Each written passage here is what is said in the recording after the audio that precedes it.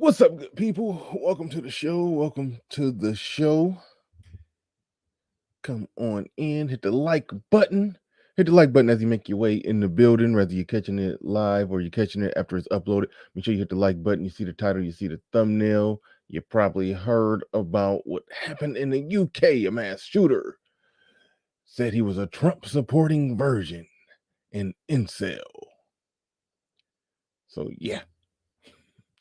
We're about to talk about that. We're going to be talking about that one today. We're going to be getting into it. I have my thoughts, opinions, and views on those type of things. So without further ado, I sound like mediocre tutorials and reviews. Without further ado, but no. But yeah, definitely. Let's get ready to go. I can't pull my stuff up. Where is it? Wait for it. There it is. Ready to go. Let's go.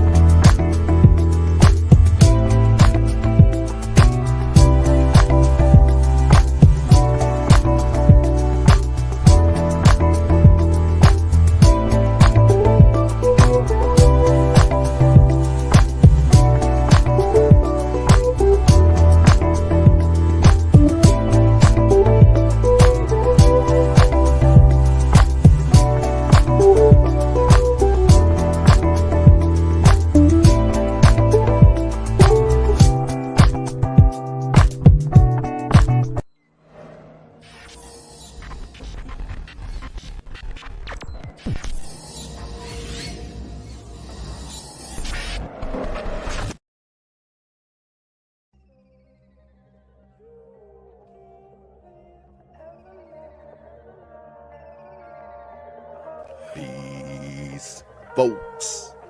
This is X from TPOT Media. Open your mind and wake your black ass up. You know what time it is. Hit that damn like button as you make your way in the door. Grab a seat, settle in, get ready. It's the Grown Man Hour with your host, my man, Bernard Riley.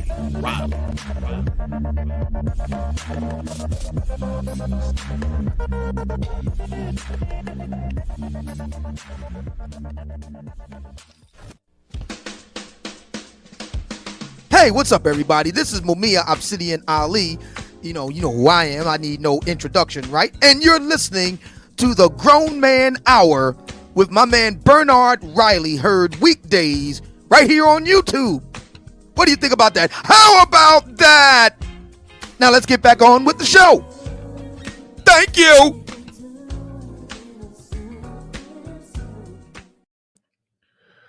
What's going on? We already got 50 people in the building. Thank you, everybody who's in the house tonight. We about to talk about this. This is actually one that it was on my mind. I almost wasn't going to do a show today. I don't know how long I'll be on, but I will just briefly touch on this issue. I will briefly touch on it. Well, maybe not briefly. It may turn into the typical standard 3-hour plus show. So we'll see.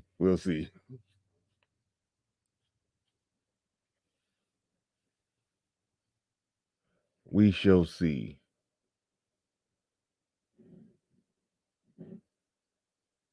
But anyway, shout out to everybody who's in the building. Stoic One in the building. Early Bird Squads, as I call them, those who drop a comment before things even get started. Appreciate each and every one of you. Stoic One says, morning BR in chat. BRP says, blame the government. Cut it out. He says, and eBurner27 says, I'll say it first. incel is not the same as black pill. I'm glad you said that, because I was going to forget to say it, because sometimes I do forget to say that. Sometimes I do talk about them as if they're mutually exclusive. I mean, as if they're the same thing. You know what I'm going to say. Sometimes I do make the mistake and do that, talk about them as if they're the same thing, because I think black pill started out one way, and then people kind of hijacked it and took it a different direction, and it all just merged together with the I don't know. They sort of merged together. There's a community online where they claim incel, they claim black pill, and so people equate the two. And sometimes I make the mistake of doing that, even though I know better. So thank you for saying that. C Gully in the building says peace BR in chat. Zero already gave the solution, but people don't listen. The solution to what? We're talking about a mass shooting. There's a solution to a mass shooting? No. Zero gives good solutions to a lot of things, but I don't think he has a solution to mass shooting, especially when I break down my understanding as to why these things happen. Dave, none of your business, says, with all due respect, sir, I would like to direct your attention to Haiti. 7.2 mag quake occurred within the last hour. That's horrible, but I guess I don't know earthquake scales. Is that like the biggest, worst one ever? I guess I don't understand exactly why you want to defer my attention to that. You know, I don't know what that has to do with the show. I guess that's what I'm trying to say. But all right, yeah, that threw me off.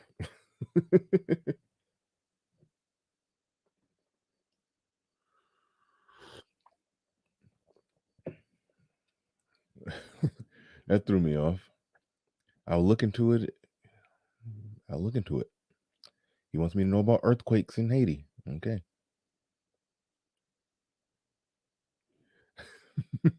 Thank you, Stoic One. You said it. I was trying not to say, like, why are you coming here gaslight? I think he's doing that because he thinks that I'm about to. I think I've seen him in my chat before, but that had the tone of somebody who thinks I'm about to come on here and just talk junk about incels, and he's trying to say, well, look at all this other stuff going on in the world. Why are you so worried about that? He just killed 6 people. That earthquake killed 500. You should be talking, that's the distract from the issue or the topic tactic. And so I just suspect, I don't know for sure, but I suspect he did that. I could be dead wrong, but I suspect he did that because he's assuming that I'm about to come on here and just take a crap on incels, which I don't, because I break down incels in 2 different categories.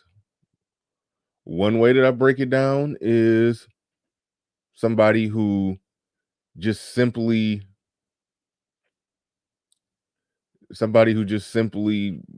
has had a hard time getting sex, or can't, as I'm Zero described it like that, can't attract women. He can't he has a hard time attracting women for whatever reason, and it's been a period of time since he's had sex. That's an incel. The first incel I ever met was before I even knew what the word incel was. I worked with the guy, greatest guy I ever knew. I learned a lot from him about saving money, all kind of stuff. But he, by definition, was an incel in the sense that he hadn't had sex in 2.5 years. So he was an incel. This guy was certainly an incel. That's one category that I would put incels in. Then there's the other type of incel that has the ideology. There's a incel ideology that's different from somebody somebody who doesn't have the ideology and just for whatever reason can't attract women, can't get no sex. The ideology can be a problem. I mean, no, let me rephrase that. The ideology is a problem. Now, the reason I said it could be a problem because in the mind or in the hands of a mentally healthy person who just has some bad ideas, that's technically okay. That's technically okay. Mentally healthy people can have bad ideas. I've had bad ideas before. Now, there are some people who wouldn't think that the ideas that I think were bad now. So there are some people that wouldn't think that those ideas are bad because they're still in that position. But like I said, I used to be a fundamentalist Christian and a pretty hardcore leftist. I was practically a male feminist at one point. And I say practically because I just don't want to say I was a male feminist, but I practically was. So I had bad ideas, but my bad ideas didn't drive me to do anything crazy. But you put those same ideas in the mind of a mentally ill person. Okay, now that fundamentalist Christian who's mentally ill, who believes that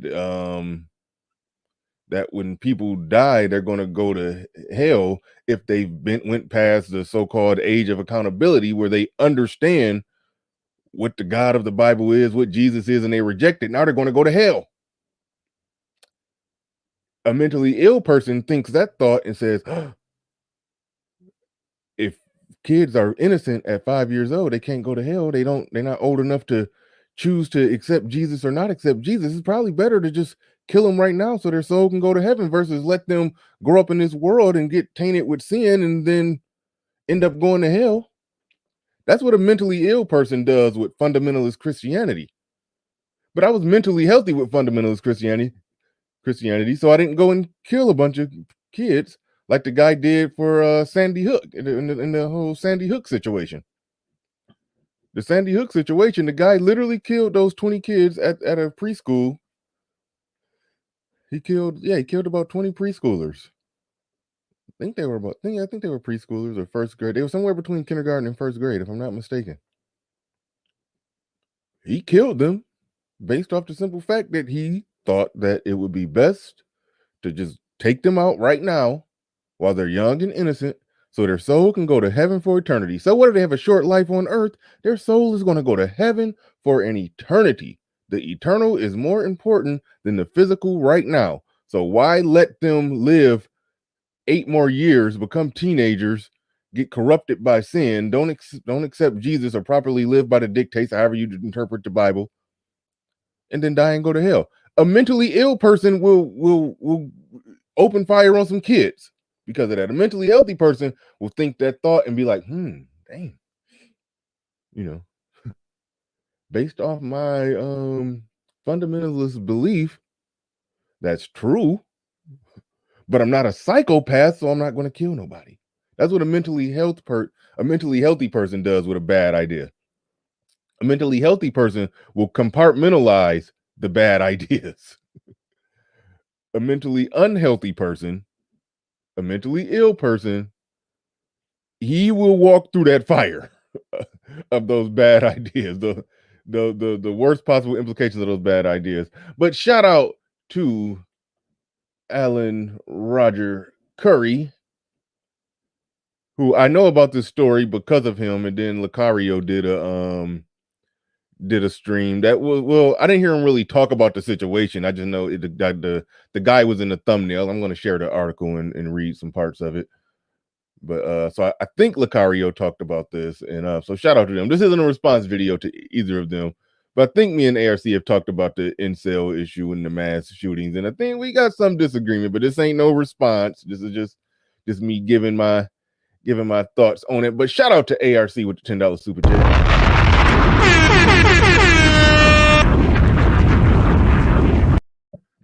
I don't know if ARC did a stream or he does pre-recorded. I don't know if he did a video on this yet, but I do know I found out about it because he posted something in his community tab. So do got to shout him out for that at least. And he was responding to eBurner27. What you said is not necessarily valid. Many men who are either a bitter and resentful misogynist and or B, romantically and sexually frustrated incels do claim themselves to be black pill.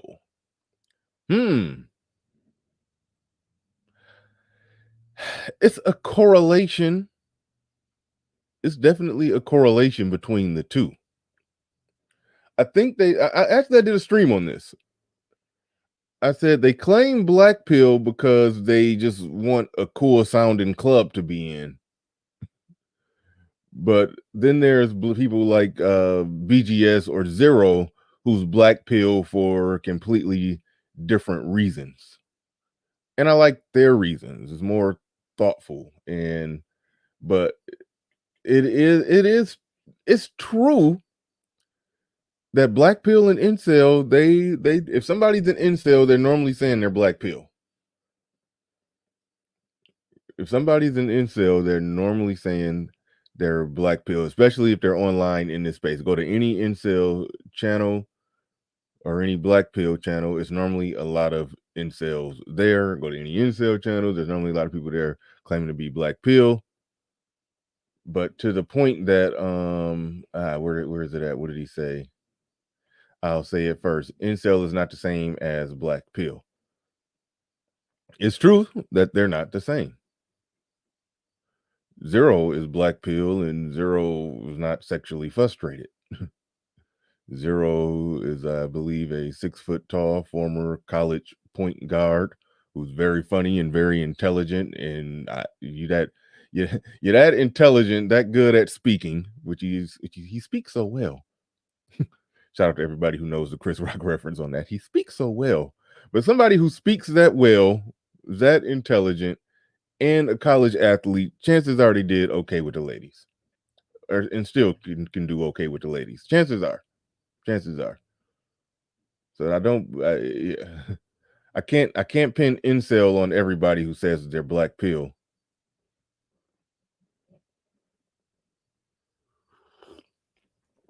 The Pioneer says, what does black pill mean?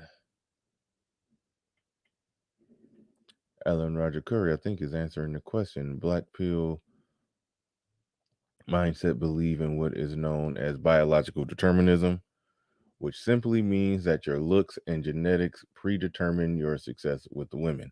See, now, somebody like BGS, actually, it's funny. ARC, I remember you and BGS, I think y'all had a little falling out over, I don't know if it was strictly about black pill. I don't know if it was strictly about that, but I think y'all had a falling out over the definition. I don't know. Maybe it wasn't a falling out about that. I think it was something else. No, y'all had a falling out about something else. But I think y'all had some debate. Y'all probably just had a fair back and forth about. But hold on, was the falling out over the definition of black pill?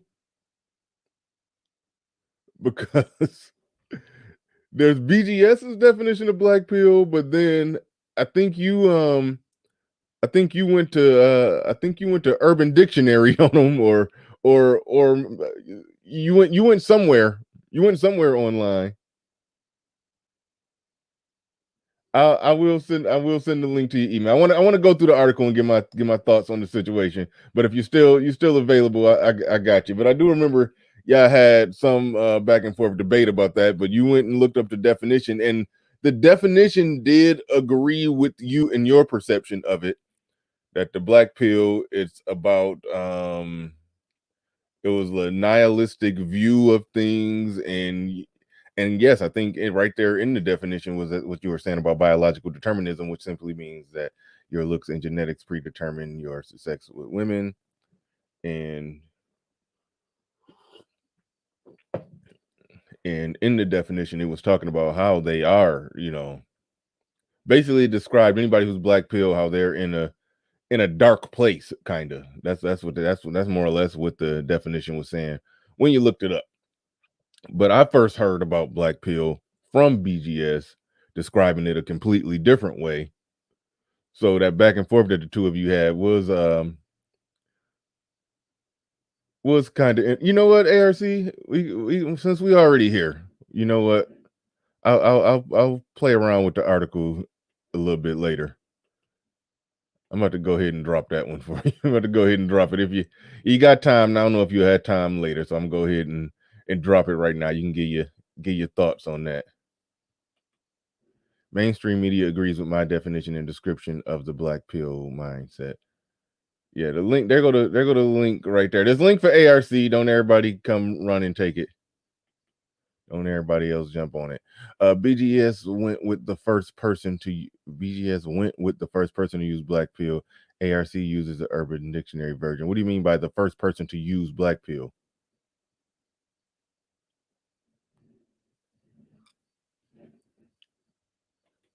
Since we all the way here, let me go ahead and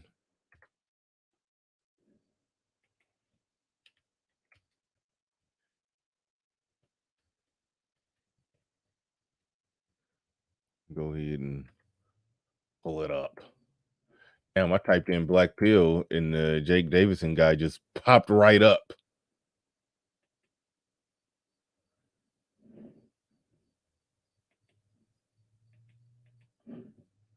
Black pill is basically the ultimative and hardest to swallow red pill.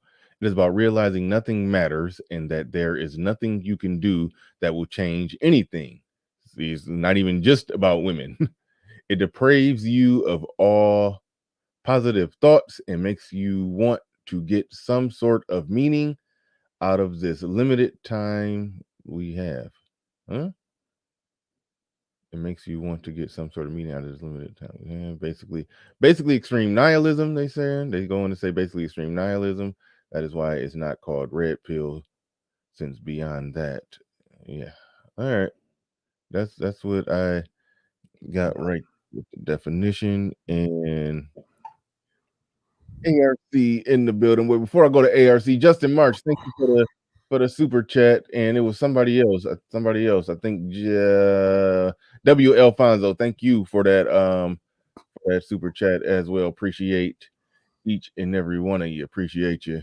All right, ARC. I didn't try to summon you today, I promise. No, I know you did. I don't think you did, but here's the funny thing. I was literally just about to record, because if you saw my community page, Yep. I highlighted the Jake Davidson incident in the UK. And then this morning when I woke up, some of my followers were like, ARC, you got to do a video on this. You got to do a video on this. You got to do a video on this. So I said, I usually don't like to do videos on Saturday, but I said, what the heck?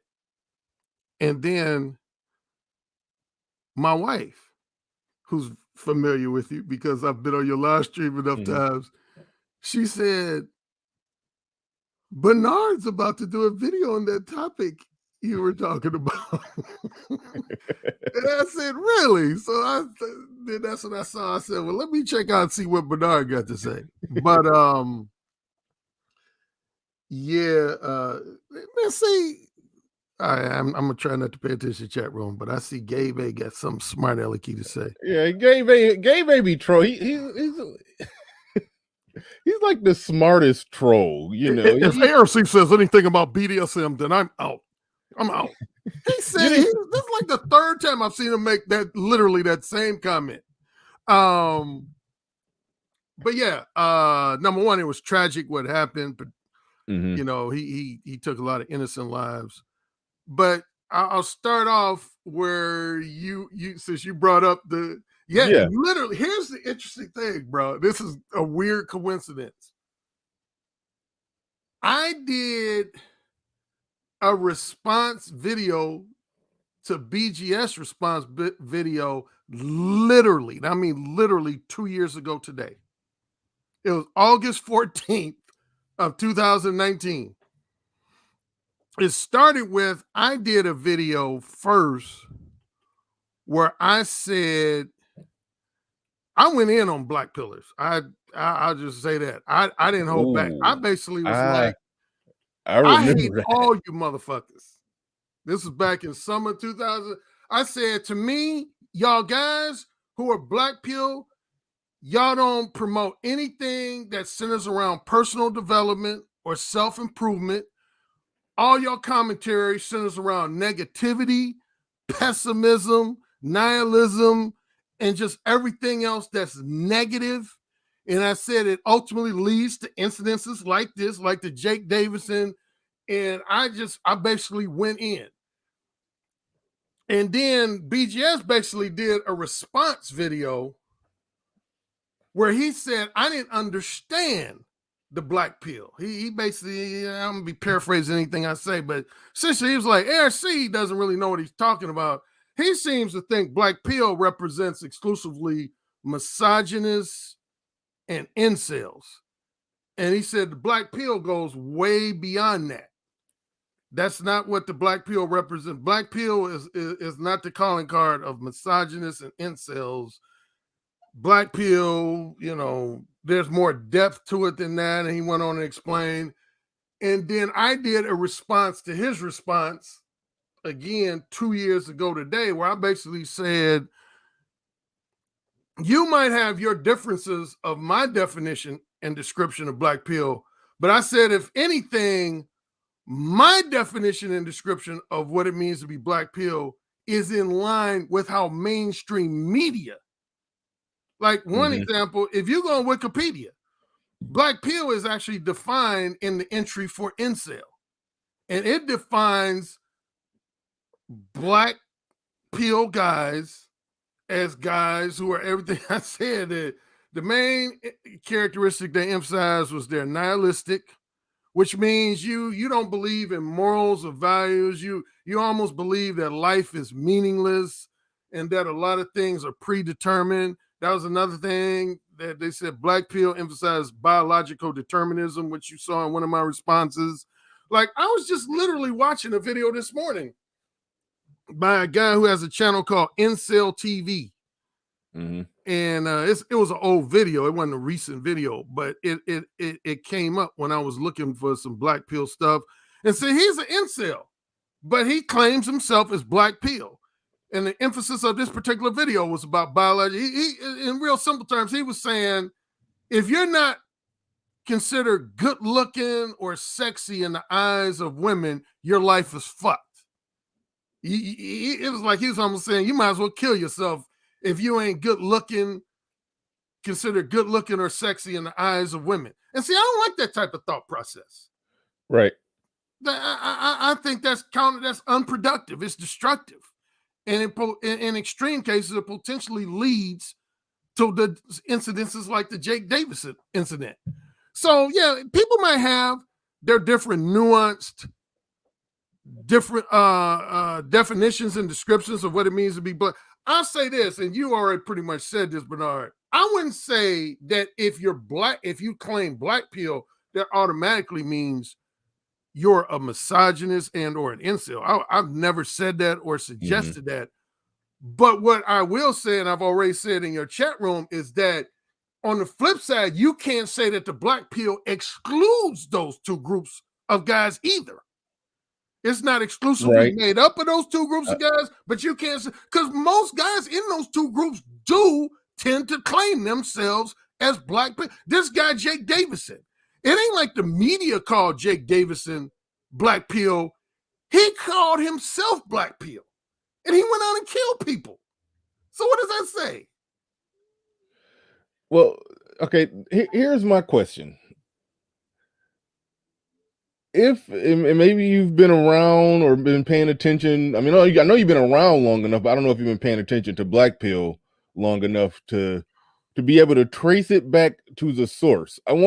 What I'm thinking is that it probably started out as one thing and then was adopted by the incels, and then it turned more into what the mainstream view of it is.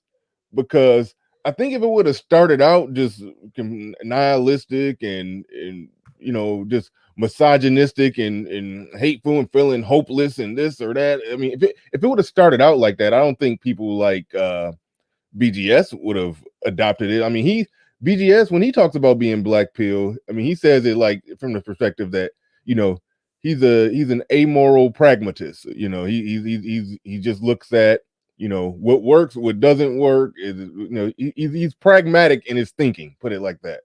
You know, and I've heard him say that. Yeah, I've heard him say that. And that's sort of where his whole thoughts of being black pill comes from. because I guess, well, they quite often say this, and actually I hear the black pill incel say this, that when the red pill people think that, yeah, you know, using women for example, female nature is this one thing over here, but if you do A, B, C, and D, you can circumvent it. You can figure, like, if they don't view you as an attractive good mate, okay, well, you can dress a certain way or talk a certain way or get a certain amount of money and then get through the door. But they just draw a flat line with it, where nope, you're either in or you're out. And so that's how they try to describe it. I'm kind of rambling a little bit, but I want to know which one came first, the more dark side of black pill, or the more BGS side of black pill. I don't, which one was there first, to your knowledge? Well, for me, obviously, I would say here's where I first discovered black pill thoughts, and this was before I even heard of the first time I think I heard of BGS was when Obsidian used to have his blog talk radio show. And one time I was on his show in late 2016, late spring, early summer of 2016, and BGS happened to be on there. That was the first time I had an interaction with BGS. But way before 2016, when I first got familiar, and I've talked about this a few times on my channel, first you had the PUA craze that came starting with about right after the game came out, is when you could say the PUA craze start hitting its height. And then what happened was, you know, basically a lot of these conventional PUAs were selling men dreams and fantasies, something I've never done. They were saying basically, if you follow my method, listen to all my advice, buy all my CDs, DVDs, you know, within a couple of weeks, you'll have Victoria's Secret models in your bed, which any intelligent... Was they really that bad though? Oh, hell yeah. That's what they were basically. I pointed out, Mystery Method actually came out with a book where he had to change the subtitle. He came out with a book. Initially, his book was called The Mystery Method, How to Get Any Beautiful Woman in Your Bed. And when I read that, I remember reading that, and I said, that's bullshit. That is bullshit. I said, I don't even believe how they allow him to get away with it. And sure enough, about a month or two after I saw that subtitle, he changed it to, I forget what he changed it to. I know, definitely took out the word any. Yeah. Initially it was how to get any beautiful woman in your bed. Then it was like how to get some beautiful women in your bed or something like that. But yeah, a lot of PUAs used to basically, you can almost say virtually guarantee guys that if they followed their methods, their techniques, their advice, bought their books, CDs, DVDs, that they would be pretty much guaranteed to pull hotties, 7s and above. Mm-hmm. And what happened, of course, realistically, is that a lot of guys who paid for these Thursday through Sunday boot camps that cost anywhere, usually no less than $1,500 and as much as $5,000. God damn. And these guys were paying that with a quickness. And what they would do at the boot camp is see what these guys didn't realize, they would hire actresses and models to act receptive to these guys. So these guys would leave the boot camp thinking, God, this shit works. God, did you see that hot woman I was talking to? Oh my God. Then they get back home to, Paducah, Kansas, and they try them same techniques, and they was getting shot down left and right. Then, of course, they said, okay, this is bullshit. So then they would go wanting their money back. And at least a handful of PUAs would say, no, I don't do refunds. So they went, in worst case scenario, the PUA wouldn't give any refunds. In most situations, they would give a partial refund, usually in the area of like 50 to 80% refund, which meant the PUA kept usually no less than 20% of what that got paid. And that's what provoked this infamous message board called PUA Hate to come along, where guys would talk about what PUAs they felt had scammed them. that basically were snake oil salesmen and taking them for their money. And so then there was a lot of talk about, individual PUAs and their scam artist ways. And then slowly but surely, that discussion is what transitioned to what I would say was my early exposure to the black pill mindset. Because certain guys on there would be like, man, really, this PUA stuff is bullshit. It really just comes down to, are you a good-looking guy? Are you a sexy guy? Of course, if you look like Brad Pitt, hell yeah, you're going to be scoring hotties left and right, but if you're just like, an average Joe Schmo guy, or even worse, you're just an ugly guy, none of those PUA techniques are going to work for you. You're going to be at home masturbating every night, and your life is just screwed up. And that's when I start seeing guys saying basically, I'm not red pill, I'm black pill. That was the first time I saw it, was on that site, the PUA hate site. Guys would say, yeah, man, I subscribe to the black pill. And they would define black pill again simply as, if you're not, everything is about, they really say it's about one or two things. Number one, they would say successful women is all about looks. And if you're not good looking, then the one other alternative is you got to be wealthy and famous. So that's kind of relates to the whole infamous adage of the LMS acronym: looks, money, status. Because a lot of guys would basically say on forums like PUA8, they would say, in order to get 7s and aboves, you either got to be really, really good looking, or you got to be wealthy and famous and have a high degree of status. If you're not in one of those two categories, basically you're fucked. In other words, if you're a broke, ugly guy, you're fucked. Well, I can kind of agree with them on that, unless the broke, ugly dude is just extremely charming. Like his mouthpiece, his verbal skills would have to just be through the roof if he broke and ugly. Like, would you agree with that one? To an extent, yeah. Well, of course, I emphasize the mouthpiece, so I believe that mouthpiece can be the saving grace. But yeah. I mean, yeah. If women find you physically unattractive, sexually unappealing, and on top of that, you broke and unemployed, yeah, you gonna have some challenges. Yeah, you're gonna have some challenges. But now, see, here's the problem, and again, I think you already alluded to this in your early commentary. It's bad enough. Let's say you are that guy in that situation, that you feel like women have treated you like you're physically unattractive, sexually unappealing, and you broke and unemployed, and now throwing at least a couple of doses of mental illness. Yep. That's when all hell's gonna break loose. Yeah. Yeah. You walk. That's when I agree with you that somebody is practically a walking terrorist waiting to happen.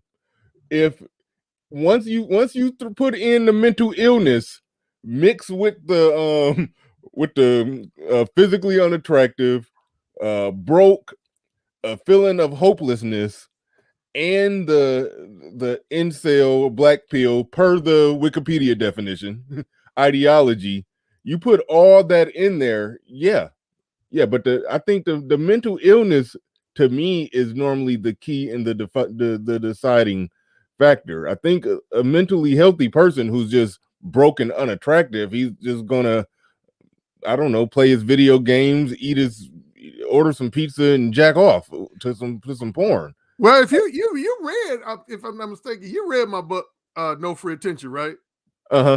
In chapter 5 of that was the only chapter I had some disagreement with you, if I got the right chapter.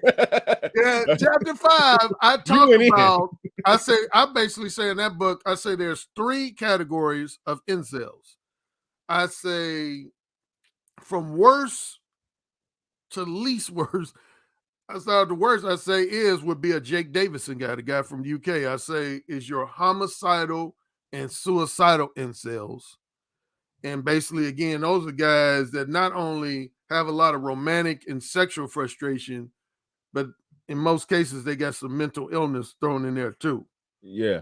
Then I say the second category of incels is guys that are very romantically and sexually frustrated. They feel hopeless, like you said. And I say they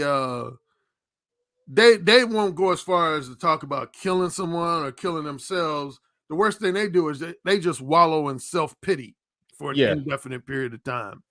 Then I say probably your most optimistic, the third and most arguably most optimistic category of incels would be some of the ones I deal with as a dating coach, are guys that will look for ways to immerse themselves in personal development and self-improvement with the hope, optimistic hope, that that's going to lead to a higher degree of success with women and in some type of improvement in their love life and sex life.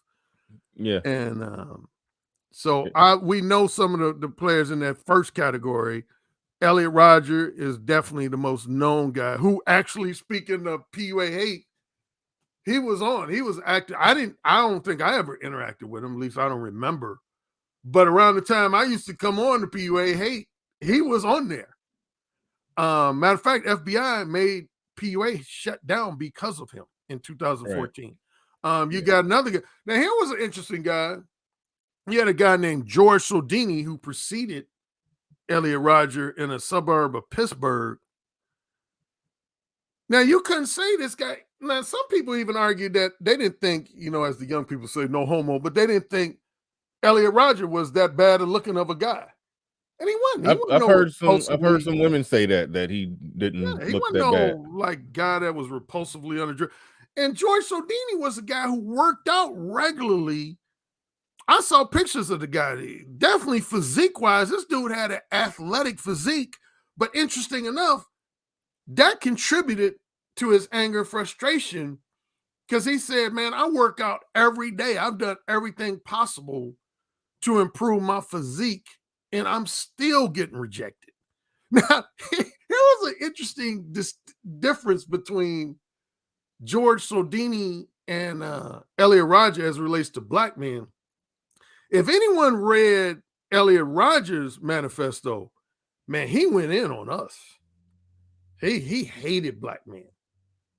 Because Elliot Rodger's belief was, he came from money. His father was a pretty successful Hollywood producer. His mother was successful in whatever capacity she worked in. So he had money. He drove a BMW. And one of the things he complained about in his manifesto, he said, on my college campus, I see these black guys pulling some of the most beautiful white women on campus, and they don't even have any money. They're broke. All they got going for them is, they probably got like really big, members between their legs and, and they just got natural swag. But, they don't have any money. They don't have any status. And that frustrated him. Because I could tell he was under the belief that if you got money and expensive material possessions, you should automatically be able to pull the most gorgeous women. And I've talked about that ad nauseum on my channel. I ain't got shit to do with shit. On the flip side, George Sodini also had a manifesto. And he actually complimented brothers. He said, I'm paraphrasing words, but he said, black men, I have to give it to them, man. They have this natural charisma about them, this natural smoothness about them. And, they just know how to talk to women in this charming manner that makes us white guys seem just kind of really basic and corny. And he said, my hat's off to these black guys, not realizing that, not all black guys are naturally smooth. You got awkward, nerdy, geeky black guys too. But his generalization was basically that black guys just naturally have more swag than white guys do as a group. And that's why they're successful. Sometimes they're more successful with white women than even white guys are. And, but yeah, he killed a bunch of women in a health and fitness club.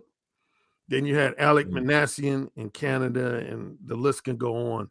But anyway, the original question was, yeah, Alan, you asked me when was I first exposed to black pill? Yeah, I would simply say it was PUA hate right before, well, not right before, but at least a year to 2 years before it shut down. Guys on PUA hate were starting to talk about black pill. They were again, they were about what all year about was this? About what year was this? that. They shut it down in 2014. So I would say I started hearing about the black pill in there probably around 2012. See, I don't know if the BGS camp or the BGS side of the black pill, I don't know if they was talking about it that long. So you probably traced it to its origin, going back to PUA hate. But I don't know. I don't know the history of it. But that's interesting. To try to figure out where it came from, where it started, because however it started, those are the people that I would give it to say they got the definition right. Because one thing, it could start one way, but then it could start growing another way, and then the mainstream media could attach to something that was a subset of it and make that be the main thing. So I don't know if that's what happened, but I'm starting to lean towards that maybe the incels were the ones who really started talking about that, and then other people said, oh, black pill's a good idea, and then they adopted it and made it, what they think it is, or what BGS would think it is. I don't know which one happened first, but that was, Well, yeah, 2012 is, that's going on 10 years ago. I would say, based on again on my, because as you said and everybody knows, I've been around a long time. I've been technically in the manosphere since summer of 1999. Damn. I would make the argument that it was the incels and misogynists that first started planted the seed for the black pill mindset. And then you might have had other guys such as a BGS Itmore and other guys who weren't, necessarily a misogynist or an incel that kind of created their own variation of the black pill. But I definitely think the earliest variation of the black pill was mainly guys who developed a hate, because that's where the whole Chad Stacy concept came from, is these early black pillars. They would basically make the argument that women don't care about a guy's personality, like whether he's intelligent or funny or got a good job. All they care about is that he's got, a strong jawline and a real muscular physique and looks athletic and looks super handsome. That guy could be a fucking criminal, but if he got a strong jawline and a physique and he's handsome, women are going to go for him, and they would start calling those guys Chads. They would say, yeah, the Chads of the world, they don't have to do shit other than look good. And Stacy's love Chads, and they treat any guy who's not a Chad like he's a loser, like he's creepy, and blah, blah, blah. I used to see all this talk on PUA hate. I would just shake my head. And that's why I would get into it sometimes with the PUA haters. I just know you used to be in there just going at it with them. I didn't do it. It wasn't like on a daily or even a weekly basis, but I'd say an average of at least, maybe once a month type thing. I would go on there and just kind of fuck with them. It was a funny thing, and I hope doesn't give you straight. Well, I've said the N-word on my channel. I've already been cussing. I got it's cool. Here's the funny thing about PUA. When I first got on there, right, guys actually loved me because I would say some things that were critical about conventional PUAs. So they kind of saw me as an ally, and then I would give them, some Mo One related advice. And they would be like, man, this guy, Alan Roger Curry, man, we like him.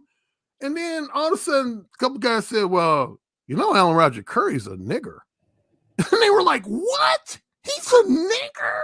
Oh my God, scratch everything complimentary I ever said about Alan Roger Curry. Because now that I know he's the N-word, that means he's genetically blessed with like swag and a big penis and all that stuff. And of course, he has an edge, man. No. So yeah, so they instantly put you in the Chad category. So it's There like, you no, go.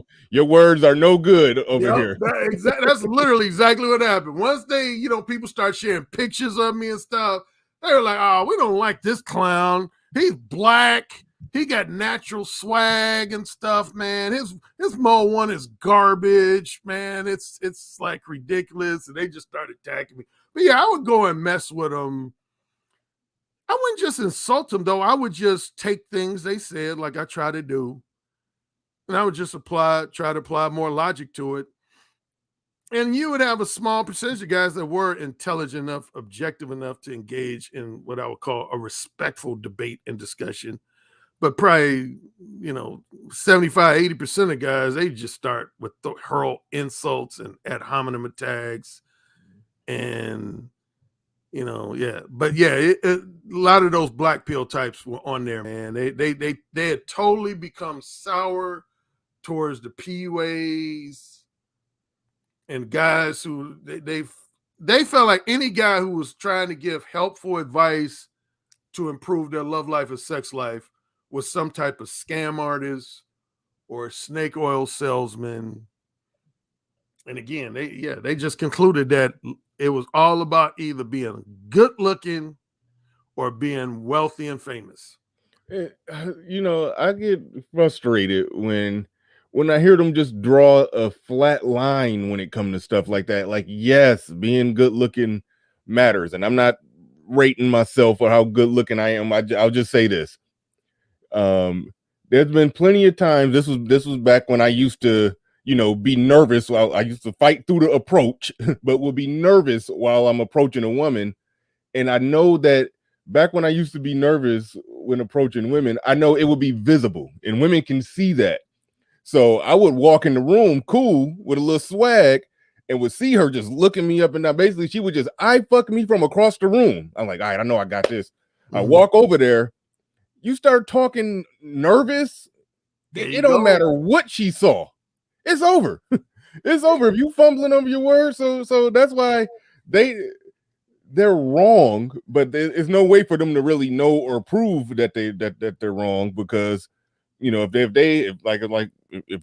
that ugly guy who look like Quasimodo, they never get to walk around being 6'2" and fairly attractive and see what rejection feels like then, if you don't know how to talk to women. But I've got to experience that. I understand that it's not just that. Even if you are decent looking, you still have to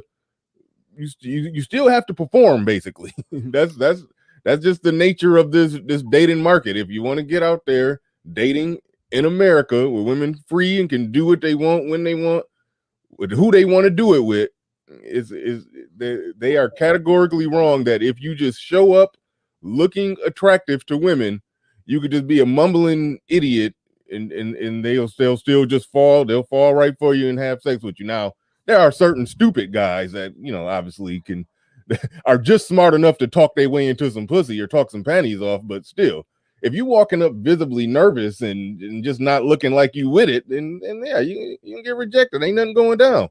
I knew that. That's why I didn't even know there was such thing as a dating coach back then. So I just had to had to fix it for myself. But yeah, so they categorically wrong on that, and they're building. That's a big part of their whole ideology. That they're just, I know for a fact they're wrong on. So Well, yeah, a lot of what you said, you took the words right out of my mouth. I mean, that's essentially what I emphasize in my role as a dating coach, is that you have to have above average social skills, and more specifically conversation skills, to be successful with women. And see, a lot of guys, again, some of these black pillars that I've described, they don't want to believe that.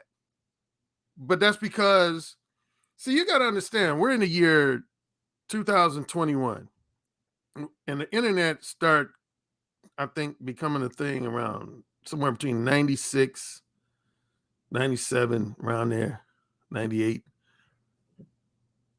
I noticed that a lot of young guys, they carry on more interpersonal communication via the internet and apps than they do in real life, which quite naturally has stunted a lot of their social skills and conversation skills. You know, for example, you got guys that ask me questions about carrying on a conversation with a woman through text. And I'm like, why the fuck are you trying to carry on like an hour-long conversation with a woman through a text message? That's fairly common. Yeah, it is. I, Among you, that's I've had women who I thought it made sense. Okay, we've texted so long, let's move this to an actual conversation. And she was like, no, I just want to continue texting. Now, and it could be one or two things with that. They either want to just continue texting because that's how she just want to. I gotta salute you on this one. That's how she wants to soak up the attention. The flattering attention. Or but there are some that said no. I prefer to just text. I went on and played the game and just text back and forth with them for however long, a few days, a week, or however, and then we eventually met up and saw each other, and things went all right. So I was like, damn. So that's how a lot of women actually operate. They don't want to be on the phone with you. They'd rather just text with you. Now, probably because they texting, who knows how many guys, and so they just want to be able to just be quick texting, and whoever win the text wars, that's the one who get to see her on Friday. So. Well, yeah, I tell guys to leave those women alone if a woman just exclusively wants to only interact through text. But yeah, they will waste your time. Yeah, I think I'm just remembering the hits and forgetting the misses. Okay. Yeah, more times than not, if there's only text, eventually, yeah, she will waste your time. It's probably a 10% success rate, and that's probably pushing it. So yeah. Yeah. And but yeah, so yeah, my point was, yeah, a lot of guys, and you already expressed it yourself, is that some guys think your social skills and conversational skills are almost totally irrelevant compared to your physical appearance. And I know for a fact, like I've told a story a couple times, like I was in a fraternity, as most people know, when I was in college. And you're talking about diverse. In my fraternity, which was Kappa Alpha Psi, at any university, which was the Alpha chapter of Kappa Alpha Psi, in the early mid 80s, I would say we arguably had the most, in terms of just physical appearance, we probably had the most diverse fraternity of all the black fraternities. Like, I go down a couple, like height. We had guys as short as like roughly 5'5", 5'6", and as tall as like 6'6", 6'7".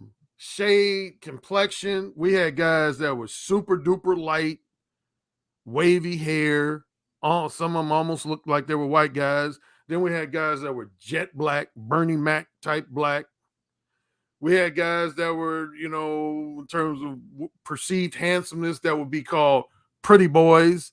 But we had other guys that were nowhere close to a pretty boy. And without going longer, them fraternity jackets and stepping with the cane and all of that will make up for all the height. I was about to demonstrate it, but I ain't got enough room. Oh yeah, the noobs. We knew how to twirl them canes. That's what one you in. What are you?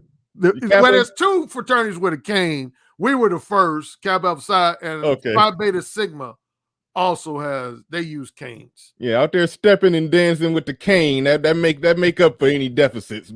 But here's what I was gonna say though. Within the fraternity, here's what I noticed. Again, with the argument about how your social skills and conversation skills, if you were just to look at guys, say, based on looks, and of course, men can never evaluate looks in the same way as women, but I knew guys in my fraternity who were considered very handsome or pretty boys, that because they had average or less than average social skills, conversation skills, they weren't all that successful with women.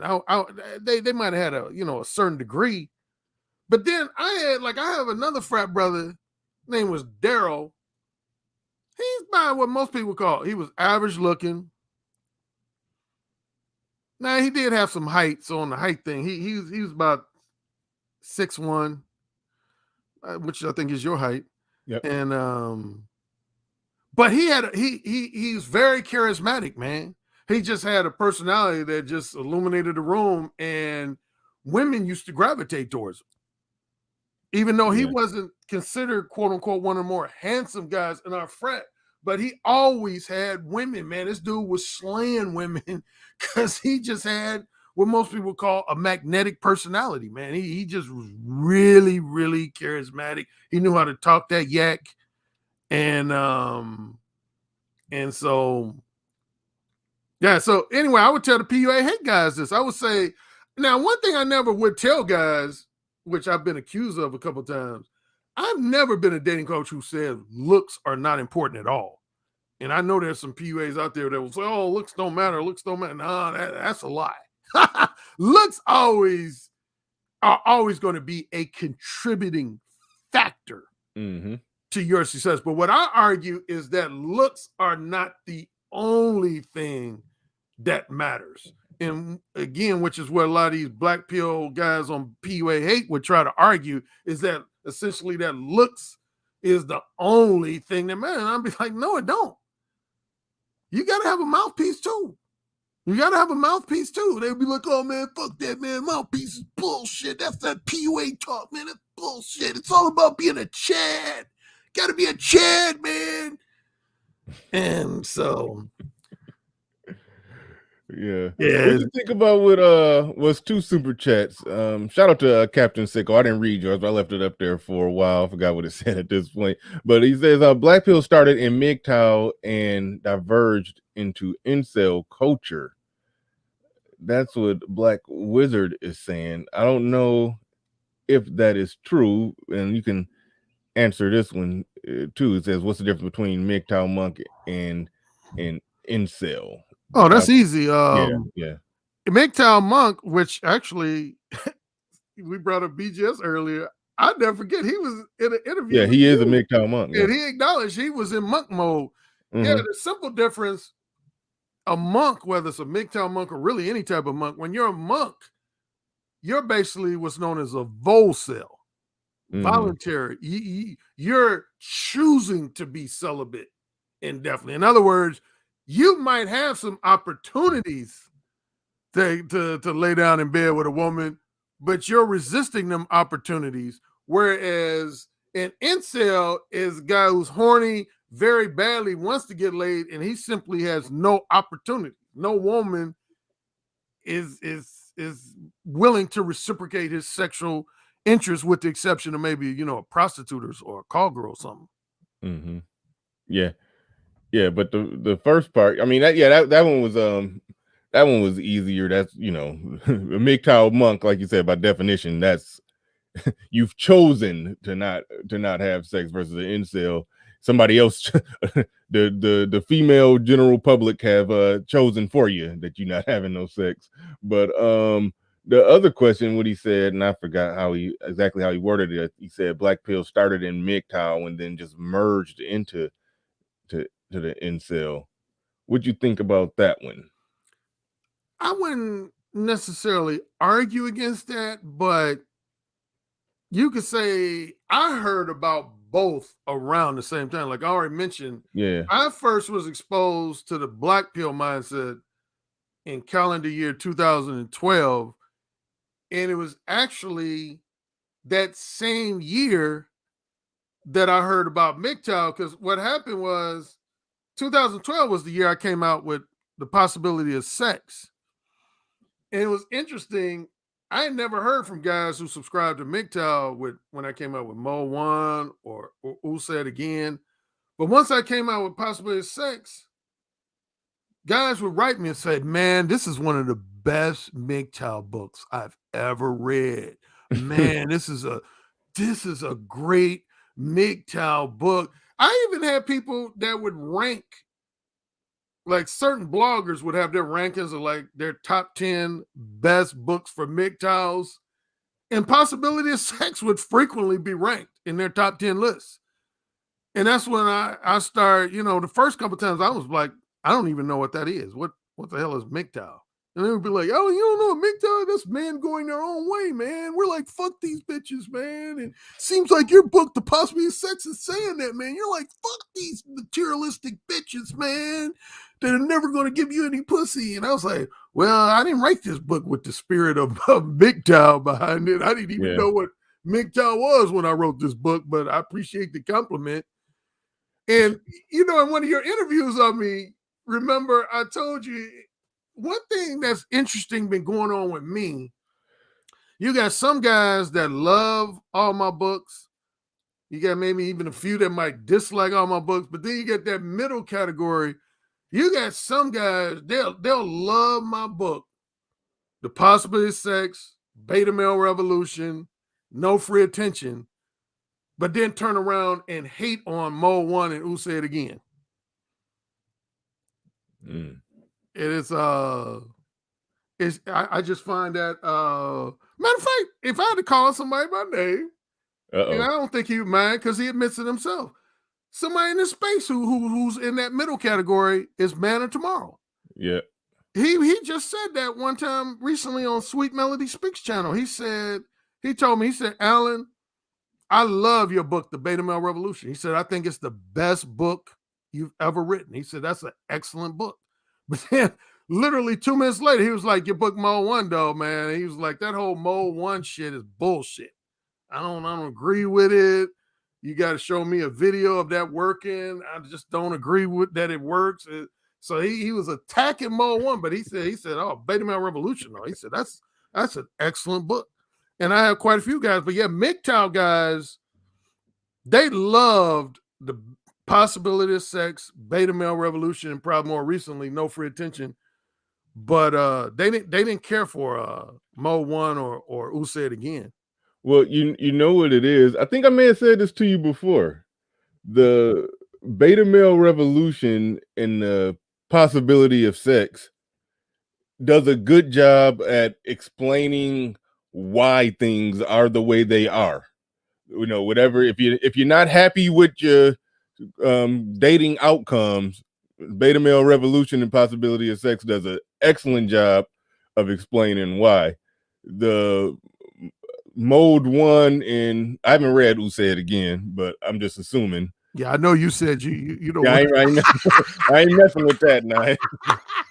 Now I heard a grown ass man say that he got aroused listening to the audio book of it. I was like, nope, I'm out. I ain't. That's funny. I ain't trying to mess with that. But what was funny, real quick?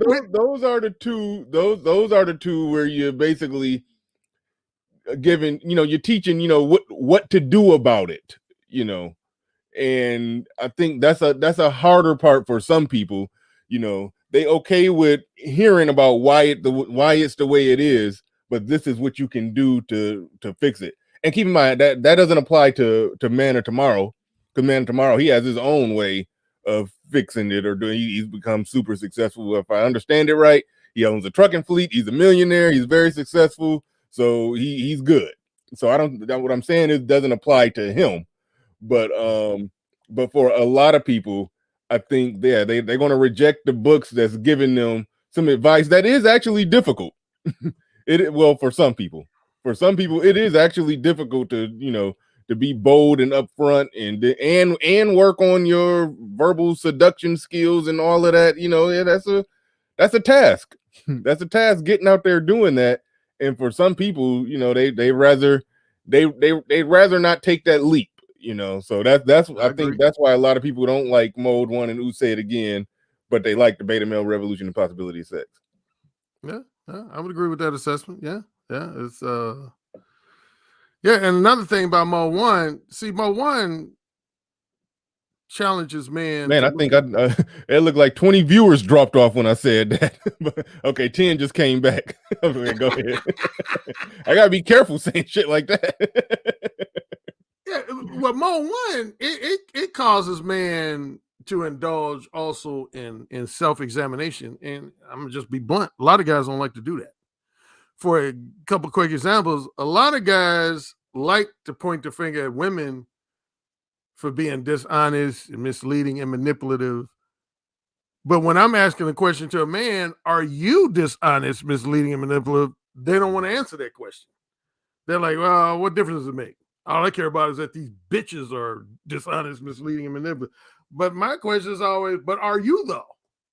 Because if you are the same way, then you contributing to the vicious cycle of manipulative head games. Yeah. And that's why I get into it with other rival dating coaches and whatnot, because yeah, man, you can't be pointing the finger at women for having a certain characteristic if you got that same characteristic yourself. Yeah, no, that's true. I'll grant you that. And I mean, I'm in a relationship now, so I'm not actively currently out there, but I did have to own the fact that I wasn't into full-blown lying, but it was almost like I used to operate in a vague don't ask, don't tell. If she don't mode 2. Yeah, I was mode 2. Yeah, literally. If she asks a hard, blunt, direct question, I wasn't going to just look her in the eyes and tell her a lie. Like, oh yeah, I'm looking for a relationship. I want this to go all the way. I want this dating to turn into relationship and relationship to turn into marriage. I wouldn't say all of that. I would be okay. If they asked, most of them didn't ask directly. Mm-hmm. A lot of times when they asked directly, I did step up and make the point. It was wordy. It was a little vagueness in there, but the point was made, just not bold and bluntly, but the point was made that I wasn't looking for a relationship with a little bit of maybe, I don't know. And so it was some vagueness, but I did have to own that that is being, that is being misleading and disingenuous. But normally they didn't ask the direct question. We just operated in that vague, let's see what's going to happen, don't ask, don't tell land. And then if we ended up, having sex, we had sex, and it just stayed casual until somebody tried to make it not be casual, so that's how it quite often operated. And so I did, when I was, reading Mode 1 and listening to you, there were some things where I had to look back. It was some situations where I could say, not that many, but some where I could say I was flat out wrong. Probably 2 or 3 where I could say, yeah, I was wrong as hell.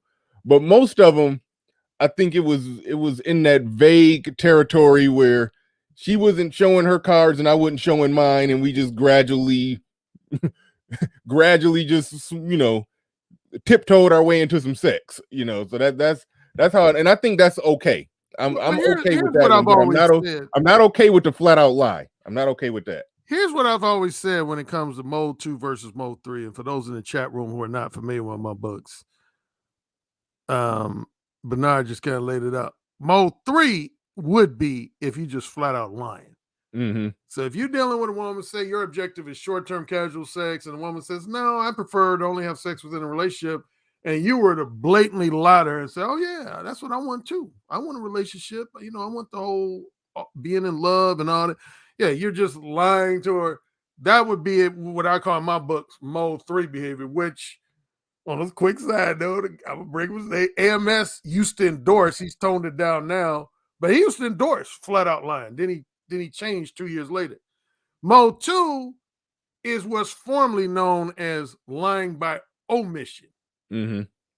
And so you're not blatantly lying to a woman, but you're not telling 100% true.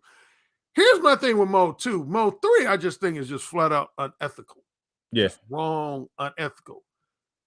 My warning more so with Mode 2 is not per se unethical, because if the woman is being vague too, you can't say it's unethical. The biggest weakness of Mode 2, though, is simply if you run across a woman who's what I call a seasoned, savvy, manipulative time waster. She knows how to be strategically vague and ambiguous to the point where she ends up playing your ass. So a lot of guys I was taking a lot of L's. This was long before I even knew who the hell you were or even ever heard of the possibility of sex and didn't understand how much they just crave that non-sexual attention. Most of the major L's I took where I invested either a lot of time and in some cases a lot of money, or at least I'll go ahead and say in some cases a lot of money. It was because of that. I was being vague and she was being vague, but she had a cunning plan behind her vagueness and she got all the dates and dinners, attention and everything that she wanted in exchange for, little hug, maybe a kiss, a little rubbing, a little brushing up against me here and there, yeah. So I've took major L's. I can tell simp stories for days strictly on that, what you just described.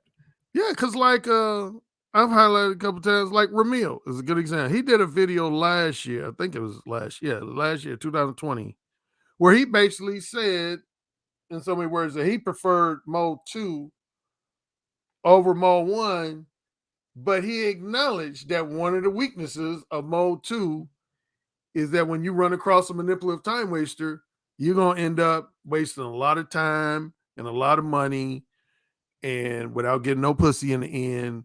And so anyway, that's what I get into the long digression. That's the main weakness I always argue for mode 2. But yeah, in terms of ethics, mode 2 is not nearly as unethical as mode 3. Now, going back to something more related to the subject at hand, I had a guy, I've had a few guys actually, but I remember one in particular. There was a guy, I think it was either 2008 or 2009, wrote me and said, Alan, I want to compliment you and I want to confess something.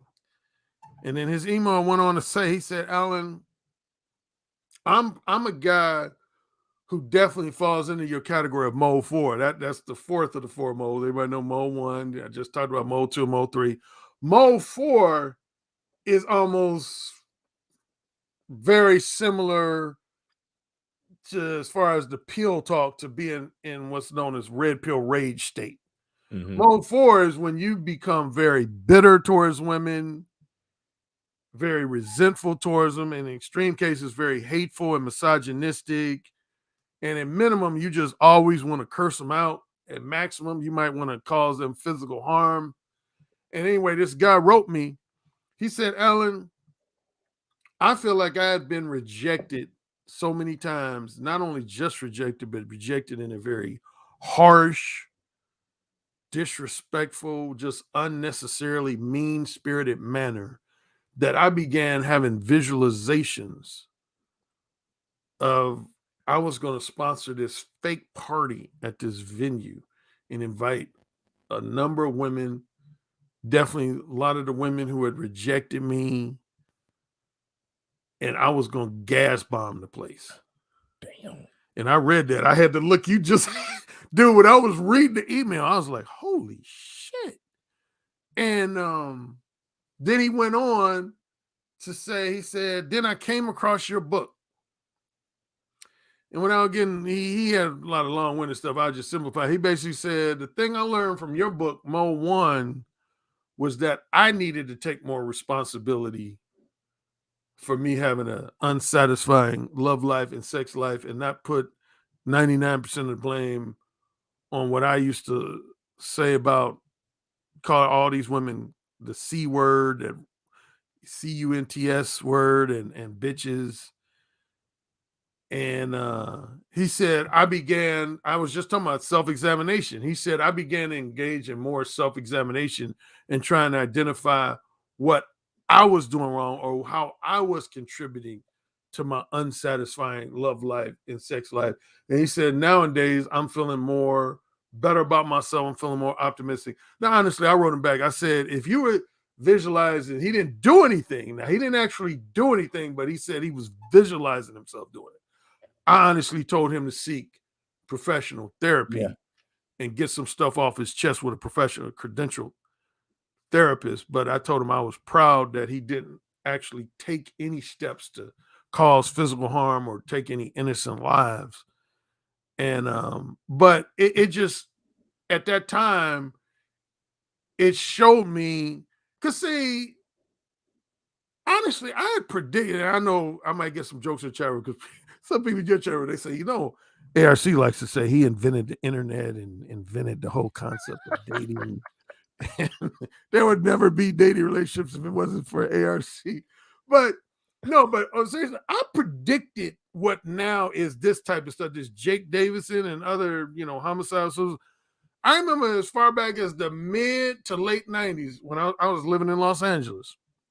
I used to tell guys, I said, man, in the upcoming years, there's going to be a growing disparity between what I would call the sexual haves and the sexual have-nots. And I said, in extreme cases, some of these guys who were in the category of the sexual have-nots, they're not just going to criticize or insult women. They're going to turn to physical harm and even murder. It was so funny. I had at least a couple of friends that would, say, "Oh, Alan, you being a little too melodramatic now, man. I don't see that happening, man. I mean, like you gonna actually like just kill a bitch because she like didn't give you no play? Come on, man." And then when you had the George Soldinis and Elliot Rodgers happen, I went to these same guys. I said they did. They said, "Damn, ARC, you were right. I remember when you kind of predicted this." But don't that put you in an odd situation because you don't want people to get killed, but you like being right. So it's like exactly. It's like that's one situation where you almost don't want to be in a situation where you're able to say, "I told you so," because of course, I don't want anybody to lose their life, but I was like, "I told you." Yeah.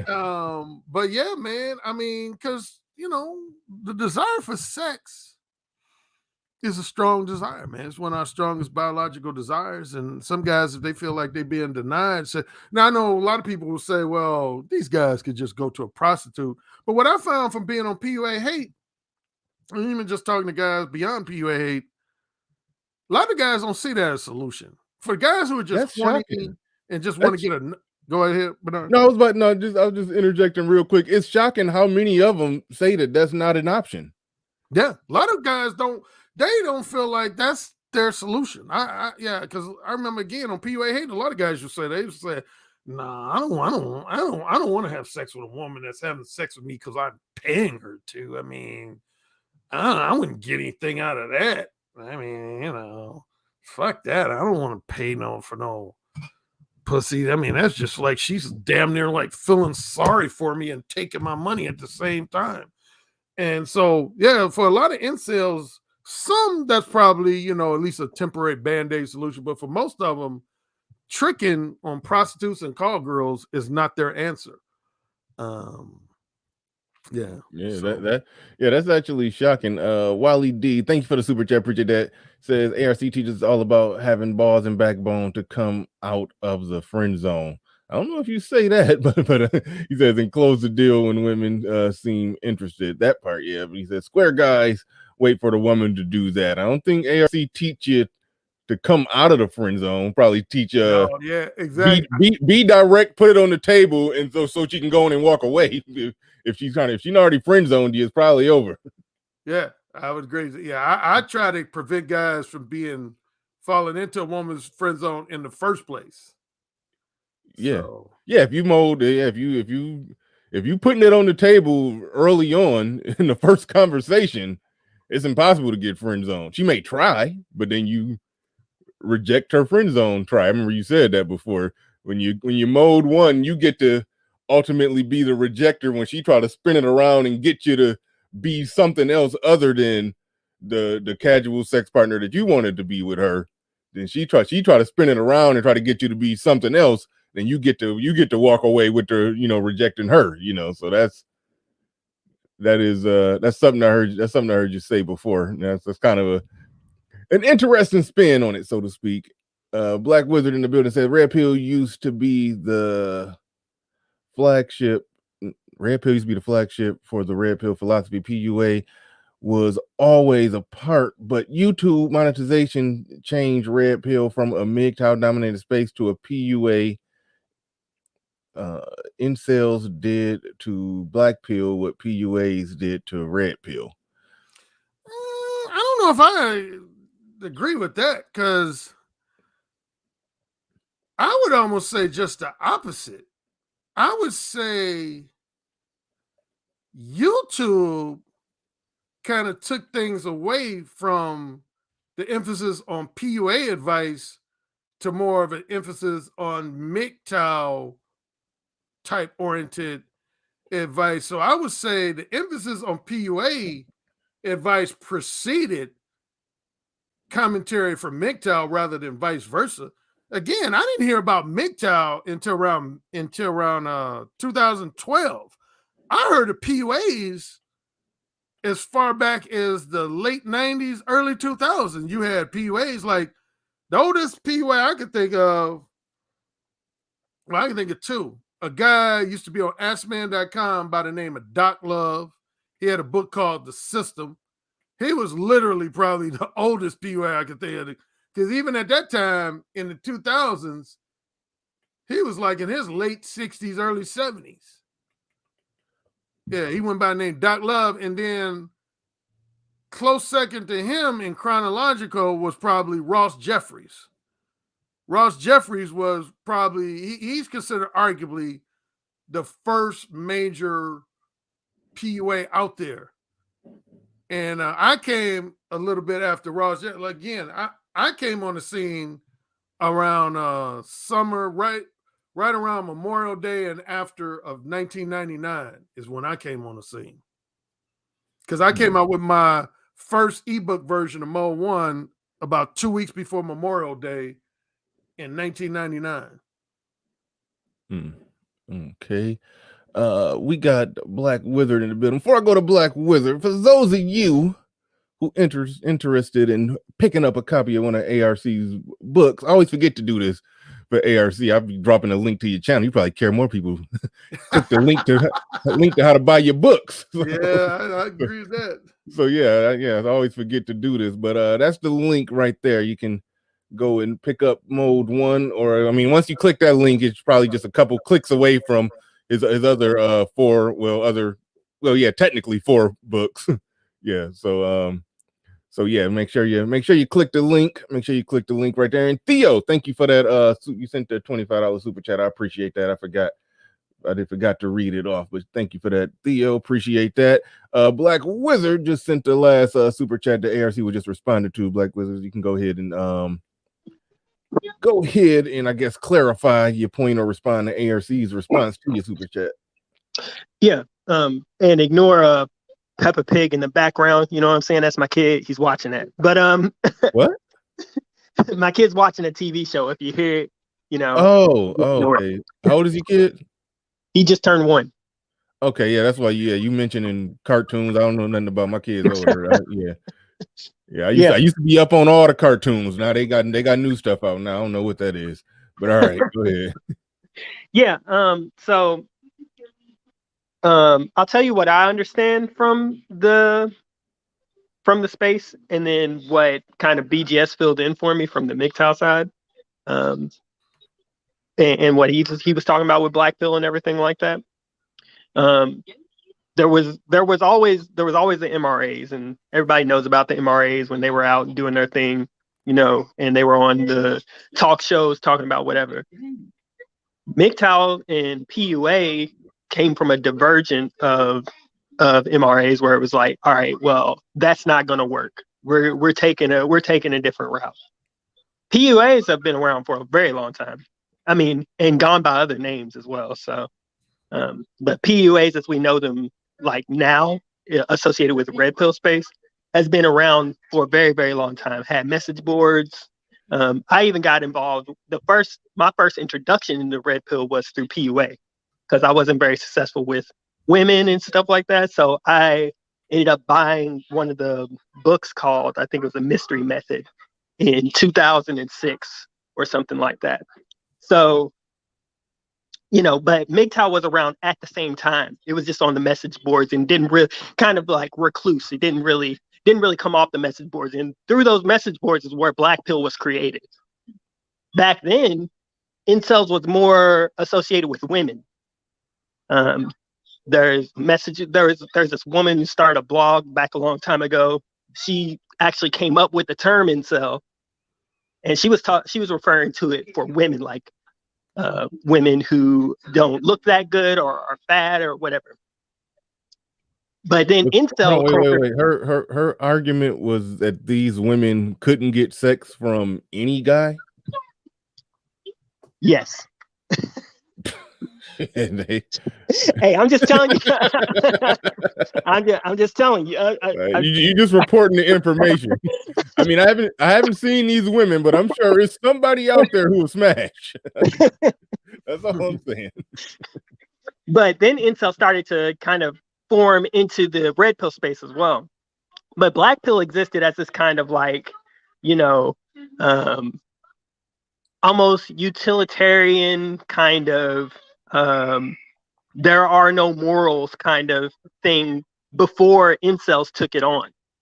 Incels took it on after MGTOW had already came up with it. Just like, you know, now in the red pill space, we see more PUAs associated with red pill than we do any MGTOW because of the policy changes with YouTube and all of that stuff. Now, there was once upon a time, MGTOW was the flagship for red pill, and you saw that through YouTube. But as the policies changed and things went from, you know, creating videos that were, you know, standalone by themselves and people were doing research and stuff like that, it started to change over into these live discussions. And when that started happening, PUA started taking over the space. And that's what we're seeing right now. PUA is more, red pill right now is more associated with PUA, just like black pill is more associated with incel, but they both came from MGTOW first. Again, that's where I disagree with you. Now, you're emphasizing YouTube. Now, you could say PUAs have made a reemergence on YouTube in, say, the last, 5 years. But if you're saying beyond YouTube, that MGTOWs came before PUAs, that's where I would have to disagree with you. Again, no. I was familiar with PUAs before I even ever heard of MGTOW. I never saw MGTOW mentioned on the message boards, discussion forums, and blog sites that I used to go to in the 2000s. I never heard anybody talking about MGTOW. Again, first time I heard of MGTOW was in 2012, whereas I first heard of PUAs back as far back as like 1997, 1998. I heard of PUAs. So no, I'm actually saying that PUAs existed just like you're saying. Before, I wouldn't say before, but around the same time as MGTOW, because just like you're talking about and maybe I'm thinking of PUAs in the sense that I know PUAs now, so you know I know PUAs through you know, going to the seminars and you know all kinds of that kind of stuff where they were talking about, you know, the game with Neil Strauss and the mystery method and things like that. I'm thinking of PUA in that sense, but like I said before, PUA's gone by other stuff. It wasn't always known as PUA as the PUA we know it by today. So if you might be referring to some kind of precursor that I'm not aware of. Well, again, the first PUA I heard of was Ross Jeffries. Ross Jeffries, because he was interviewed in Playboy magazine in either 1997 or 1998. He was interviewed in Playboy magazine, and he referred to himself as a pickup artist. And so I would have to say he was probably the first name I knew of in the PUA community was Ross Jeffries. And then when I got on Ask Men, the first real popular platform I ever used to post on was a site called AskMen.com. The site still exists, but they took away their message boards and discussion forums. But at the time, in the 2000s, they had arguably the most popular, the most highly visited message board for dating and relationships talk of any message board on the internet. They had like 1 million unique visitors per month. And that's when I first started getting a name for myself, because I used to post heavily on AskMan.com. And then I started hearing about a few other PUAs. But of course, you mentioned Neil Strauss. Neil Strauss was the one who brought the PUA community from like a cult social media following to more of a mainstream awareness, because his book, The Game, ended up being a New York Times bestseller, which he was chronicling his times spent hanging around Eric von Markovic, aka Mystery Method. Yeah. And then, you know, things kind of took off from there.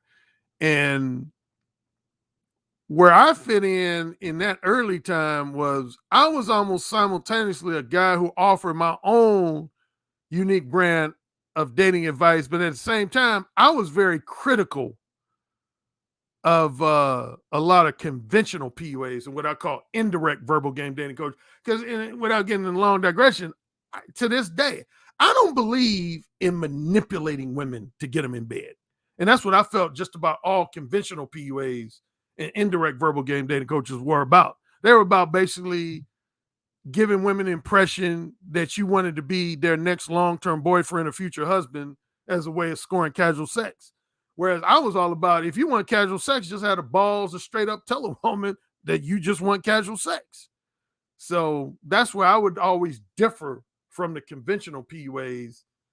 And there was at least one other guy who's similar to me, which was a guy by the name of David X, who actually just passed away earlier this year. But anyway, yeah, I was much more aware of pickup artists and whatever similar names, alternative names they might have way before. Again, I didn't hear about the MGTOW movement until about, I'd say spring. No, I wouldn't even say spring. I'd say more like fall of 2012. It was mainly after I came out with my book, Possibly as Sex, in October, I think October 1st of 2012. And a lot of guys would write me feedback complimenting that book, and they would mention that they were MGTOW subscribers and MGTOW followers and whatnot. And the first couple of emails I got like that, I didn't even know. I said, "What is MGTOW?" I said, I've seen that name recently float around. What is that? And they would tell me. They said, "Oh, that's men going their own way." And the first name I heard associated with MGTOW was the guy that goes by the pseudonym Sandman. A lot of early MGTOWs, they would always mention Sandman. They say, if you want to know more about MGTOW, listen to this guy that goes by the name Sandman. And I'll say, okay, I'll check him out. Yeah, and what I know from the early MGTOWs, BGS being one of them, I know that they went back to at least 2008, because I know there's a guy named Razorblade Candy, who was really big. There was another guy called the Thinking Ape. I've heard of the Thinking Ape. Yeah, I've heard of it. Or Stardust. These guys have been on the forums way back before that. And my point of bringing up MGTOW was not to say who came first or whatever, but was to more say that what we know as red pill philosophy was introduced by MGTOW. Like through the MGTOW message boards, what we know as red pill philosophy came to be. And then as they were defining what red pill philosophy was, they were saying, okay, MRAs are part of that philosophy, PUAs are part of that philosophy. This is all about, this is a spaces created for men. And as it came from the message boards to YouTube, they were kind of the face for what red pill philosophy was. Oh, I see. I've been slow. Okay. It took me this long to get what I get what you're saying now. I actually get what you're saying now. See, I was thinking you were just simply saying that MGTOWs came before PUAs. But what you're essentially saying is that in the early days of PUA, they weren't necessarily directly correlated with, they weren't the face of the red pill philosophy. Yeah, so, like they are now. Yeah, now that I understand what you're saying, now I would agree with you actually. Because yeah, in like say the 2000s, you didn't always hear PUA in the same sentence as red pill. PUAs were just PUAs. And so, because yeah, I didn't start hearing about the red pill again, probably around the same time, around late 2012, early 2013. That's when I first started hearing more and more people saying, oh, this is red pill. This is red pill. This is red pill. And at the time, I didn't really know it. That's why you notice in my books, like the possibility of sex and every book before that, I never mentioned pills. Like red pill is not even mentioned in Mode 1. It's not mentioned in Who Said Again. It's not mentioned. The only book I mentioned the pills is in the Beta Male Revolution and more recently my book No Free Attention. But yeah, because nobody was really talking. So I would agree with you. Yeah, that MGTOWs and these incels first started. Well, I first heard about red pill the same place I heard about black pill, which was PUA hate for me. That's when I first start hearing the pill talk. Because I started hearing the pill talk, red pill, I think, right before I heard black pill. On PUA hate, guys would say, this person's red pill, this person's red pill. And then a little later, it was like, no, we're black pill. We're not red pill. We're black pill. Yeah, the thing, and what I was trying to say earlier was, it was MGTOW that originally came up with this pill philosophy in the first place. So they created red pill, they created blue pill, and they underlined what that philosophy was. It's changed a lot since then, especially since PUA's kind of lead it now. But they also came up with black pill at the same time they came up with all that other stuff. All right, correct. It looked like Theo was trying to add to that. I think Theo, if I'm not mistaken, Theo been around for a while. Yeah. Too, or probably no, but real quick, Son is Hot Ra in the building with super chat. I appreciate that. He says, I do feel sorry for incels, but when they do crazy-ish like mass shootings, I then have to wonder, are the women right in rejecting these dudes because they display what they thought about them? Weird behavior. Well, see, if a woman rejected Jake Davidson, that's the guy who recently did a mass shooting. If a woman picked up a vibe on him and rejected him, then she was definitely, absolutely, 100% right.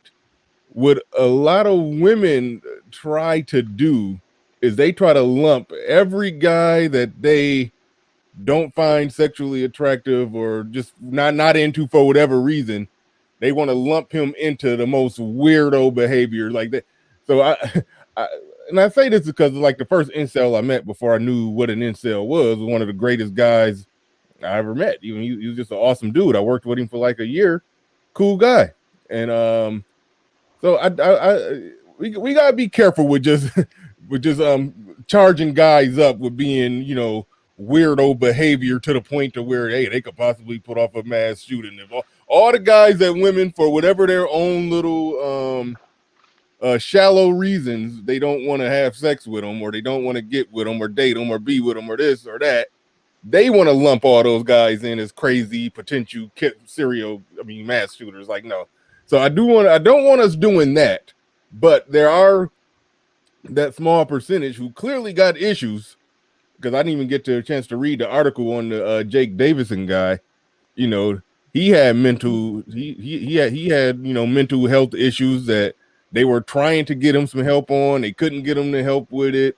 They I read it. I forgot what it said. It said at one point they were trying to get the police to his house or something for a wellness check or all kind of stuff just to check on him. But so much time went by, he didn't get no help, and then he jumped off and he did what he did.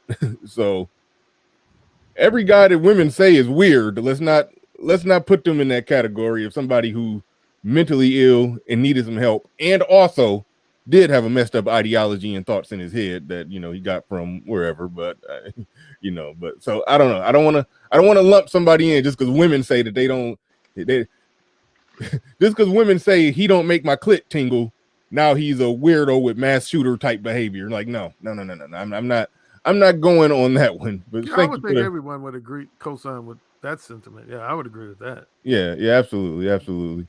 But shout out to Son is Hot Ra and shout out to Theo over there drinking that. What you drinking, man? That looked like one of those fancy $18. Oh wait, no, that's just a regular cup. Okay, never mind. I thought it is $18. Okay, what is that? That's right. It's $18. It's actually got it from Champagne Urbana. It's a handmade cup. That's all I can say. Yeah, okay. No, I thought what you were drinking was one of those expensive. Never mind. I was thinking of something else. Never mind. Did you go to the University of Illinois? Yeah, Champagne Urbana. Big Ten person, huh? Okay. Where'd you go? Indiana University. What's that face for? Oh, well, I can see why I didn't buy your book. Oh, ain't that a bitch?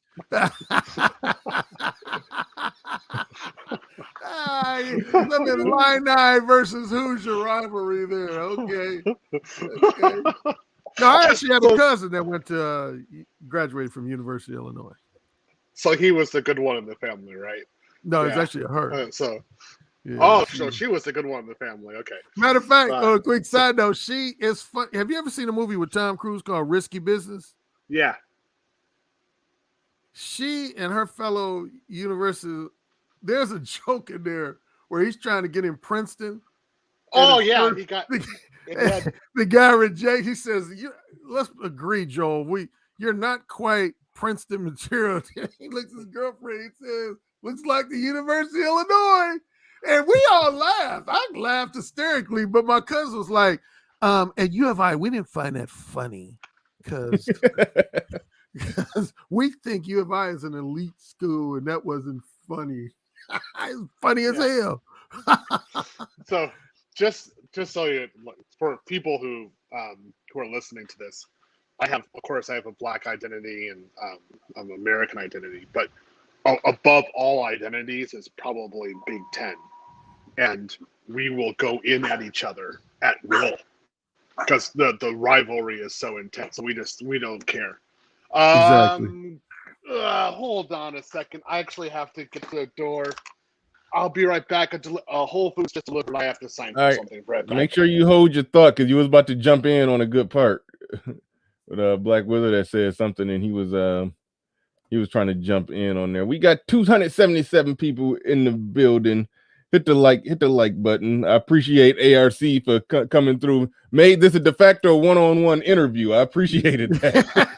hopefully you still got something left to say if you plan on doing a video on this topic. I'm probably gonna just share this video actually with my Patreon subscribers and followers. Okay, I'm back. All right, hopefully you remember what you was trying to jump in. You was trying to jump in after Black Wizard had said something. Go ahead. So I'm going to back up what some of these two gentlemen are saying. So when I was in '93, I was in Russia, and I was actually coached by a PUA. He described himself as a public pickup artist about how to get girls. And my first girlfriend I had was in Russia, a blonde, marvelous woman. But I used his techniques in order to get a date. That's how I dated. And then when I went to Sorbonne next year in Paris, I used his techniques again, and I was very successful, and I was dating some magnificently wonderful women. But what I recognized was that the techniques for good women worked, but if you use those techniques for women that were just that did not want to deal with it all, it really didn't matter. It was like good techniques for crap. So why even deal with it? Going a little further, as I said, like I said here before, my wife died in 2008, so I was in various boards online, and I'm pretty sure that I saw Thinking Ape. I'm pretty sure I read him. I was just going through some of his points, and I was like, yeah, that are very similar, and I was moving towards MGTOW as well. So in 2010. I actually joined MGTOW.com. The domain isn't there anymore. I just it's not there, but I did join it, and that's where I actually joined a community of other men and started discussing and comparing notes about what is good, what their experiences were, where they had losses, and that's again. I was MGTOW at that point, and then this is really I agree with you when you talk about the pills, because the red pill and blue pill distinction was from MGTOW. They're like, if you want to see the world as it is for dating and how you are as a man, you need to take the red pill. Now, inside of MGTOW, there were 4 different groups, and there was the MGTOW PUA, and there was the MGTOW monk. So stage 1 was PUA, stage 2 was monk. I stayed at stage 2. I liked it, very comfortable with it. Stage 1, which is MGTOW PUA, really did branch off and really did take that red pill, and they started going off in their own little sphere. However, what really kept on going about 2013 on to 2015, 2016 was Sandman, and he's pure MGTOW. He's MGTOW monk, basically. And so that he was number one. Clearly, he was just kept on going. And then I think about 2016, that's when I started hearing like red pill, different dating strategies, different ways of doing things. And I went into Human. I don't know if you guys ever heard of him. He's in Australia. Love him. He's MGTOW. He really goes into like the real loss of to society, humanity, based upon feminism and the destruction of relationships. And then from him, I was going on to Coach Greg Adams, which is a really heavy MGTOW environment. And but then for Coach Greg Adams, this was about 2007, 2018, I don't know, somewhere around there. That's when I got my introduction to the Black Manosphere, and that's where it's more heavily red pill ideology. And that's where my progression has been for myself.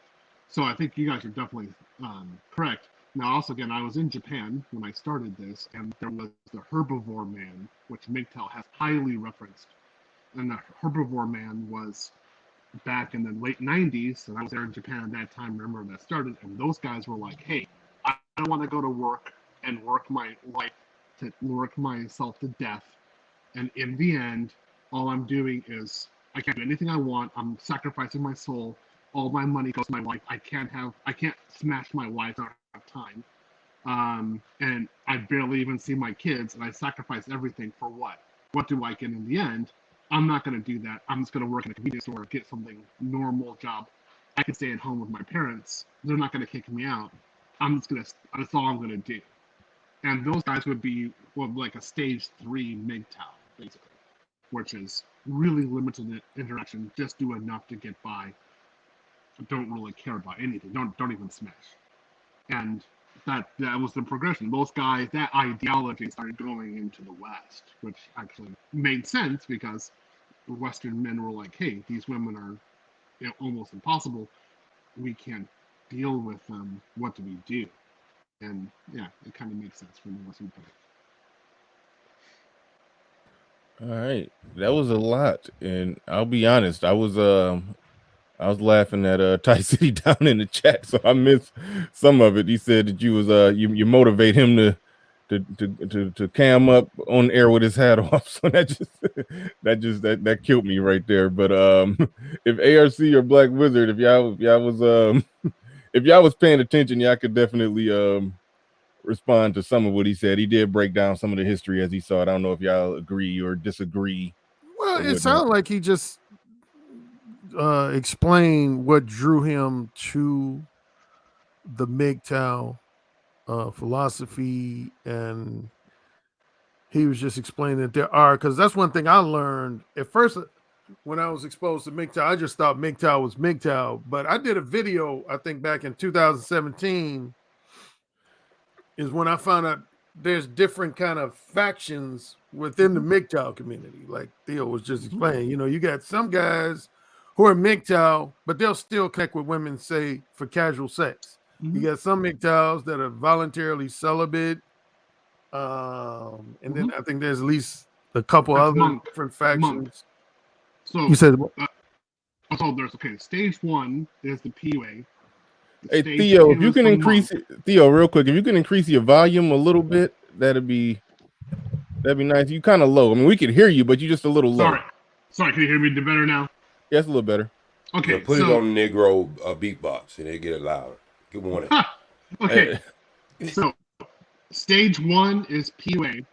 Stage 2 is monk, which is where I'm at. Like, I'm voluntary celibate. Stage 3 is a little bit more interesting. They do limited interaction with society. They work only enough to provide for themselves, but they don't really care about their interactions with society. Stage 4 wants none of their tax money to go towards welfare or the state. So they actually are totally off the grid. So all their money they do, all their work is in a non-taxable environment. That's how they work. And they will do very minimal. So stage 3 and stage 4, basically those guys don't have enough money to actually date at all. A stage 2, like myself, is successful, but says it's not worth it. I have too much to lose by being in the dating market, and I'm not going to do it. Stage 1 is more like, hey, I'm successful. I'm going to go out and get some. I'm not going to commit. And I'm going to put some safeguards there to make sure that I don't get hurt or the woman can't take advantage of me. But I'm going to go out and get some. That's how it works. Wouldn't you agree that stage 1, that's just really not that much different from just a single man who's just living his single life? No, because stage 1's, a single man, a lot of them, like I got neighbors here who are like this. They still want to have a relationship. Like they simp. Like particularly in a relationship, they will simp, they will do things for women. They think the goal of life is women. Stage 1 MGTOW, his goal is himself only. That's it. That does not care about women, like relationships or any other like transfer of wealth to women at all. It will not happen. All right. Well, okay. Then to rephrase it, stage 1 of MGTOW is essentially just a single guy who's just very clear-headed on his interactions with women. He's not going to let himself get taken advantage of. That's basically it's a single guy who don't put up with no bullshit. That's pretty much how that could almost get summed up. No, they're more like hit it and quit it, don't call her back, blocker. That's it. Oh, damn. He's gone. He's gone. Yeah, that's there. Okay. Whereas red pill can actually maintain relationships and go like multiple years. That's what I was surprised about red pill. It's like, oh my god, these guys are actually staying around with women. Whereas stage 1 is like, bye. I mean, I've got stage 1 friends, and those guys again, they'll smash, and then that's it. That girl, they will never see that girl again. So you would say, per the, I guess, original definition, because I'm assuming this has evolved, if a guy has a reoccurring fuck buddy or friend with benefits, he's not MGTOWing properly. Then no, it's not okay. Properly. All right, that cleared it up. Well, see, that's funny you say that, Bernard. I haven't had too many riffs with the MGTOW community per se, mainly because, as I mentioned earlier, a lot of them actually love my books, The Possibility of Sex and the Beta Male Revolution. But I did at least one video in fall of 2017 where because some people were starting to, you could say, in a matter of speaking, some people were starting to conflate what it means to be Mo 1 with what Theo described as a stage 1 MGTOW. And I did a video where I said, no, they're not the same thing. They're not the same thing. And I spelled out my reasons why. And that was one of the few times where I got at least a little bit of pushback, because some MGTOWs thought I was attacking them. But I said, no, I don't have any hatred for you, MGTOWs. If that's what you want to do, that's what you want to do. But I'm clarifying where a subscriber of mine, a Mo 1 follower, would distinguish himself from a MGTOW guy who just is out there having casual sex. They're not one and the same guy. And it's for the reasons that, again, that Theo just explained. Yeah.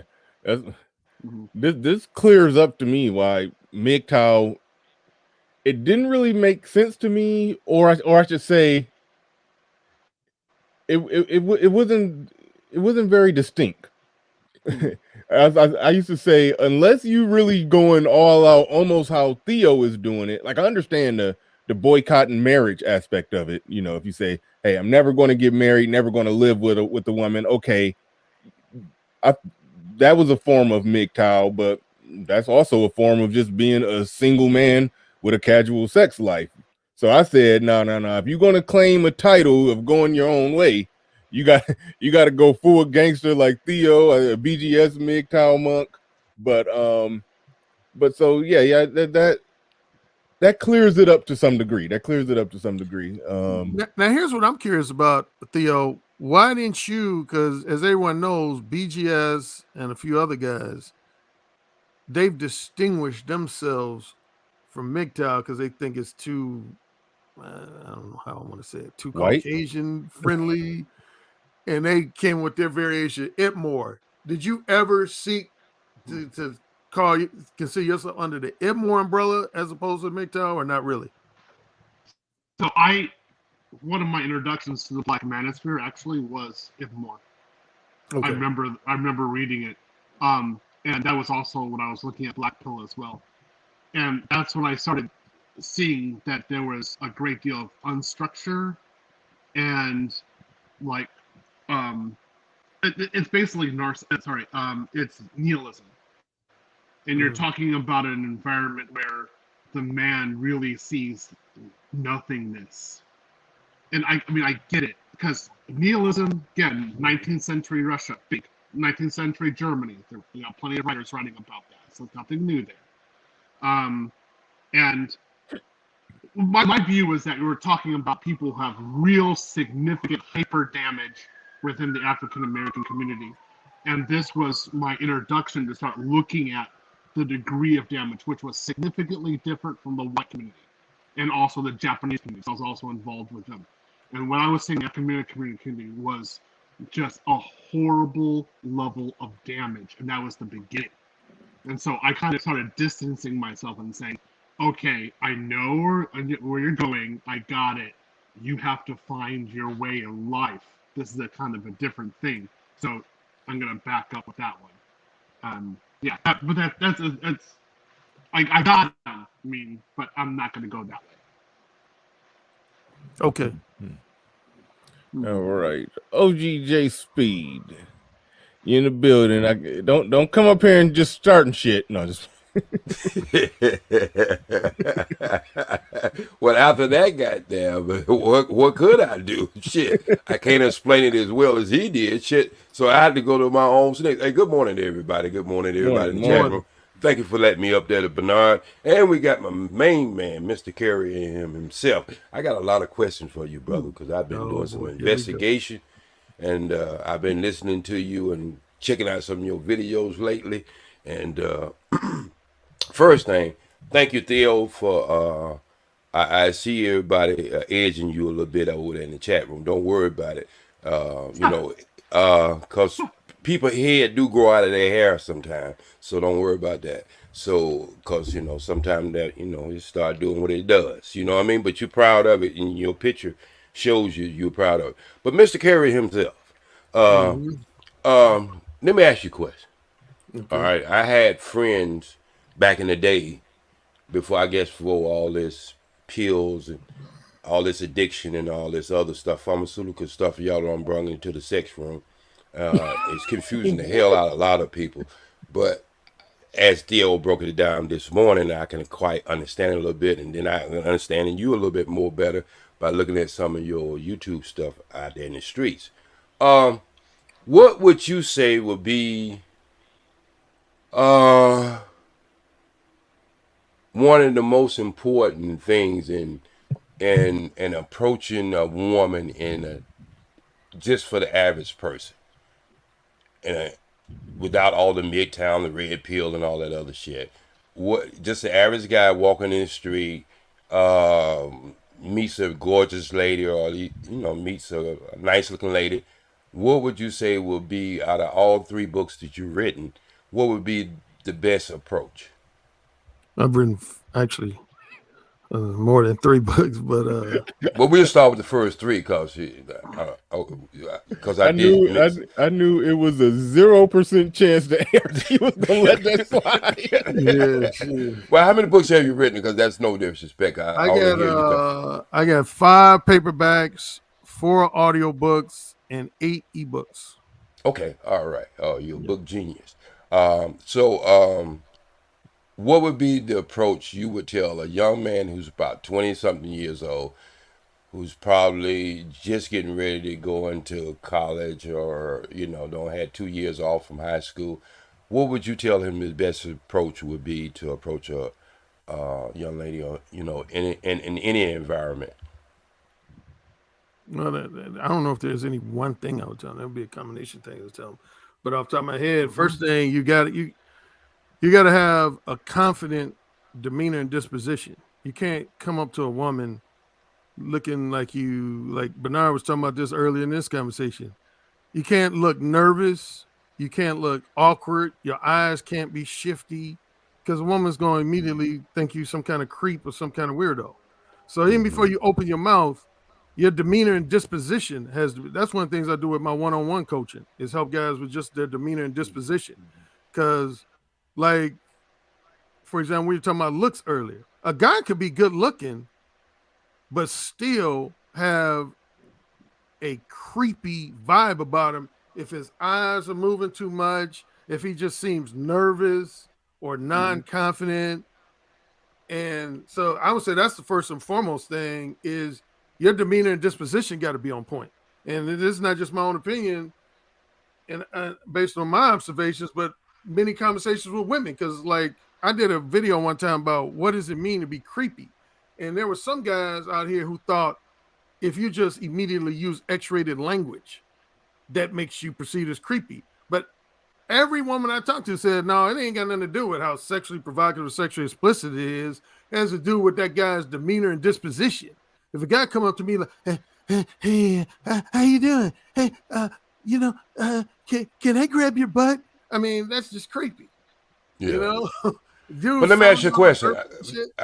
Let me ask you a question because I want you to stay along that square because I didn't believe nowhere in my life that I could believe Bernard have never got any shy pussy. I mean, because there is a certain thing called never got shy any pussy. what? Shy pussy. Like women want to give you pussy because they perceive you as a shy introvert. Yes. You can't tell me I in your have. history. Okay, so I have, but that's not a good I know it's not. It's probably not a good strategy. It's not a good strategy, but I'm pretty sure you have got some in your life because it had two women told me this where I had a few shots in me, so I thought I had swag that night. So and these are two completely separate situations with two completely separate women, and this was after we was already having sex for a couple weeks, or not even. Well, yeah, after we had sex more than a few times, so I was already in there. They told me that part of what they liked about me is that they could tell that I was, not used to doing it. It was sometime after my divorce. They could tell that I was either shy or just not comfortable doing it. Even though I thought I was, they could tell I wasn't comfortable. So they knew I just wasn't that dude that just go hollering at women all the time and it's just a regular routine to just hit the club and try to get some pussy. So they said that's what drew them to me because they could tell that this just wasn't my regular routine. They could tell that I was really coming outside of myself to go talk to them. So in that case, that would qualify as me getting some shy guy pussy. I have gotten that. But if you're looking visibly nervous for the majority of women, no, it's a wrap. It's over. But it just those two women just so happened to just look at that and they just said, "Oh, that's cute," and then so I guess whatever. But they told me that later. I lived a dream like I was a pimp player Mac for a little shout out to Game Changer. I lived a dream like I was a pimp player Mac for about a week until they told me like, "Nah, nigga, you ain't had no game." But anyway, I got you. The reason I say that because when I came from North Carolina and moved to Cali out here, I had a real deep Southern drawl. All right. And some nights, you go into that scenery, that club scenery or whatever. And it was a turn on to a lot of women because I was different. And I did have a little shyness. What we would say as far as the California game versus the North Carolina game, it was something totally different. And it was a turn on to certain women that, that's why I say that, I want to ask Mr. Curry. To say, I have a friend, he's not creative in writing books like you are, sir, but he will take other people's material and use it. this brother has been using the Holy Bible for like 20 something years, and he's been very, very, very successful at getting pussy with the Holy Bible. Now he uses it in different. Now I know it sounds funny, but but it doesn't sound funny. It sounds blasphemous. No, it's not blasphemy because preachers use it all the time, and that's where he got it from. And wait, you know, you I'm just telling you, promote getting pussy using the Holy Bible. Is that what? But they don't promote it. Yeah. They don't want you to know they promote it, but they do use The it. Lord, They the do. Lord They told do. me that Yeah. you need to lie with me. You know, Sunday they'll say Right? something like Yeah. that. This is one of the tools they use. Hey, look, I want to put my holy pole in your glory hole. You know, I mean, you know, if she's real sanctified, she go fall for that. So what I'm saying is, this brother I'm talking about, he's been very successful with that. I have never went to that extreme to want to use that, but I mean, if time got real hard, I would give that theory a chance. But next thing is, do you sell more books? And this goes back to Bernard. I really don't want to repeat this shit because he did have 10 or 15 people dropped off after he said it. Listening to your video books, audio books. Do you think you sell more audio books versus the print books? Probably, yeah. Probably. I'll say this. I know I make more money on the audiobooks. I wouldn't say week to week. I always consider, because I sell quite a few ebooks too. My least selling is probably the paperbacks. I don't, compared to other two versions, I would say paperbacks is third. Most of the time, audiobooks is number one, but sometimes, depending on the book, ebook will overtake audiobook for a particular week or a particular month. Or which one of your books go into more the man in his status? And you know what my definition from the last conversation we had about what I believe what status is in his life. How drawn are women drawn to men? What percentage would you say women are drawn to men just from a man's status in life? Well, where I talk about that, it probably would be my books, Possibility Sex, Beta Male Revolution, No Free Attention. That relates to my delineation between alpha and beta. You see, for me, a beta male, among other characteristics, would be a guy that gets women to gravitate towards him because of his level of career success, his level of financial success, his social status in life, his material possessions. And there's a secondary emphasis on things like his looks and sex appeal. I wouldn't say they're totally disregarded, but women have a secondary emphasis on that with a beta male. Whereas an alpha male is someone I describe in my books as a guy who could get pussy just based on his looks and masculine sex appeal. He don't have to be driving no Ferrari. He don't have to have some kind of high status job. He could just have a good looking face, a good looking physique, a smooth, seductive mouthpiece, and he'll be able to get pussy. See, I'm glad you went in that corner. You just did the James Brown split. Now, listen to this. You remember we had the last conversation when I was talking about status and you said you was broke as a broke dick dog and you didn't have no money, but you still was getting all kinds of pussy. Yep. And I told you if you look like Flavor Flav, your books would be a whole different type of goddamn writing. Okay. Okay. I remember So, the Flavor Flav comment, but if you okay, said that, so that's funny. Okay. this is where I want. This is what I wanted to really get people to understand. When you are a certain look type of brother, and you have women in a nightclub, or you just mingling along, moseying along in the street, women are looking at certain types of men, and then saying, "Damn, he's nice looking. I want my baby to have his kind of hair." Or I want to have his kind of complexion. You know, you understand what I'm saying? Because we do live in colorism and all that other kind of ism kind of shit. So when women do pick and makes, if you're a nice looking guy, you pretty much already inside the room. Now it's up to you if you go seal the deal. Because just like I said, you could be broke like a broke dick dog, and women would gravitate to you because there's a lot of successful guys who have big homes and they are very successful and they look okay too, but his wife is still fucking the pool guy. Mm-hmm. You see what I'm saying? Because the pool guy, you know, he takes care of his body and, you know, he wants to take off his shirt when he's out there cleaning the pool for some reason or another. But whatever the reason might be, I think the first initial meeting in anything, in any kind of relationship, it's the first thing we use before we hear anything is looks. Okay. How would you agree along with that? Well, I have the same disagreement that I had with you the first time. Here's the thing. Looks are always, I've always said looks contribute to a man's success with women, particularly if you're talking about short-term non-monogamous casual sex. Definitely if you're talking about casual sex. Yes, that's what looks I'm talking always play a factor. But the main simple disagreement I had with you at Obsidian on Bernard's previous live stream was that for me, looks just simply falls in a totally different category of its appeal to a woman versus social status. When I think of status, I think of, like, for example, if you're a president of the United States, that gives you a certain status. If you're the CEO of a major corporation, that gives you a certain status. If you're the leading scorer in the NBA, that gives you a certain status.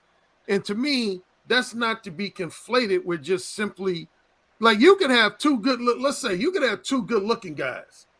Let's say you got two guys equally good looking, and one guy is a CEO of a company he started 10 years ago, and now he's a multimillionaire, versus a guy who's equally physically good looking, but he's a cashier at Target. Those guys are equal in terms of looks, but they're not equal in terms of status.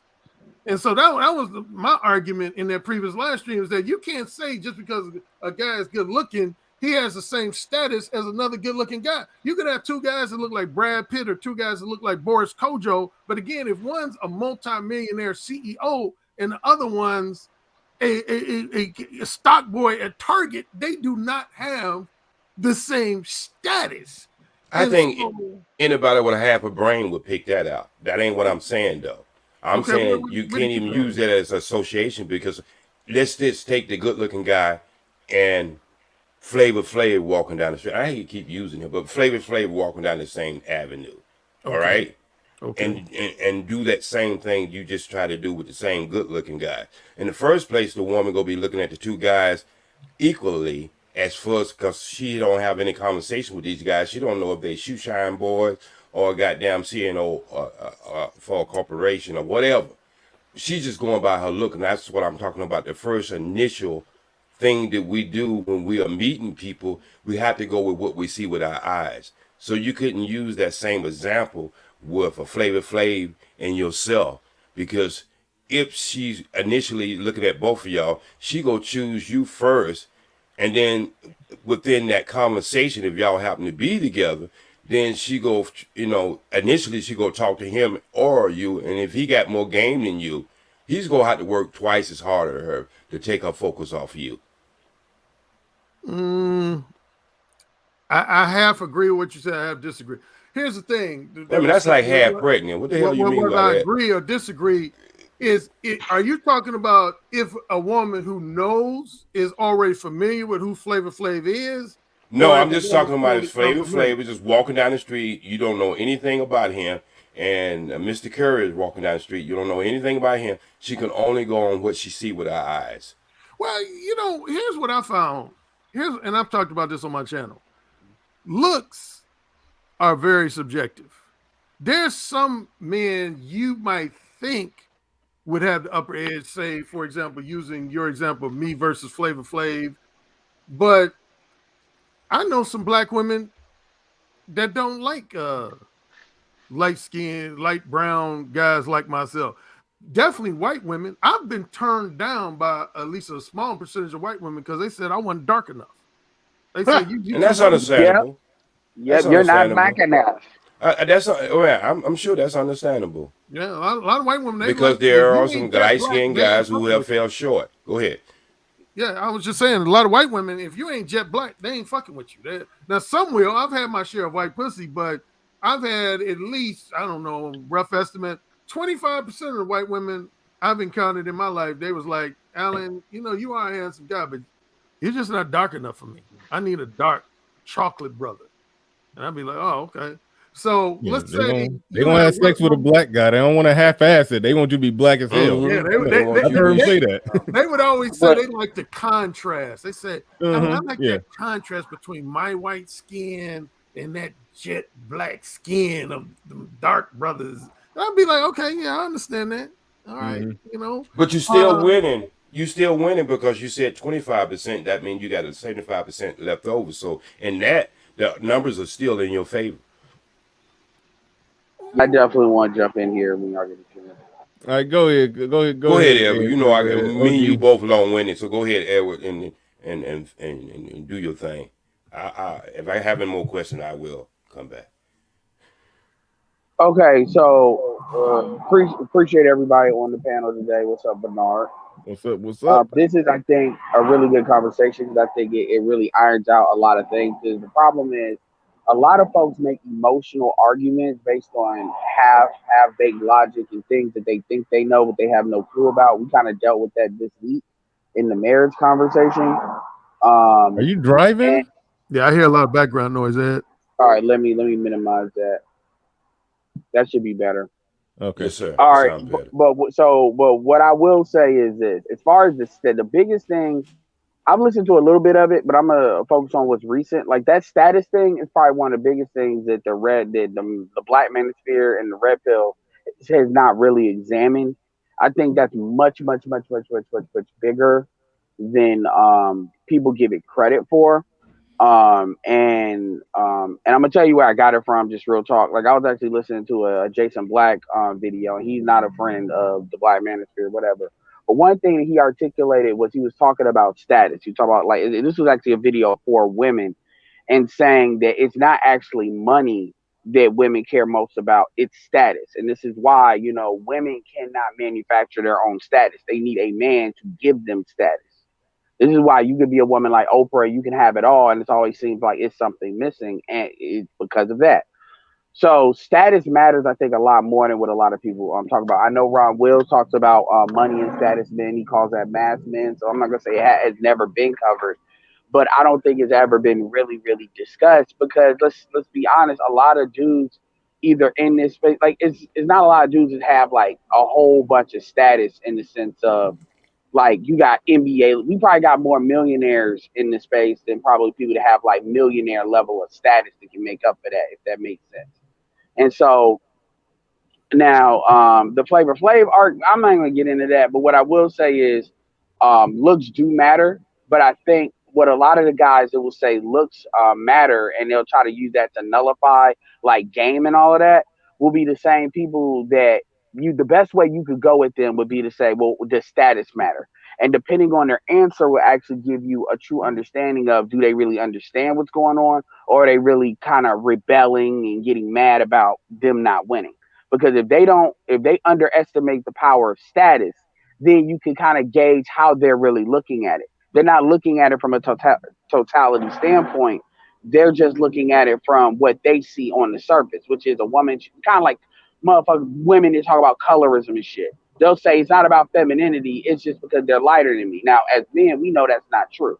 We know some dudes have preferences, but femininity can kind of move the needle. If all things are being equal and the female looks good. So I just wanted to add that in there because that's something that I think needs to be explored. There's certain people that I think are more qualified than others to explore that status argument, because I don't think people know how to really manufacture status, even in social media, where you got women choosing dudes based on certain social media statuses, which is kind of a new thing.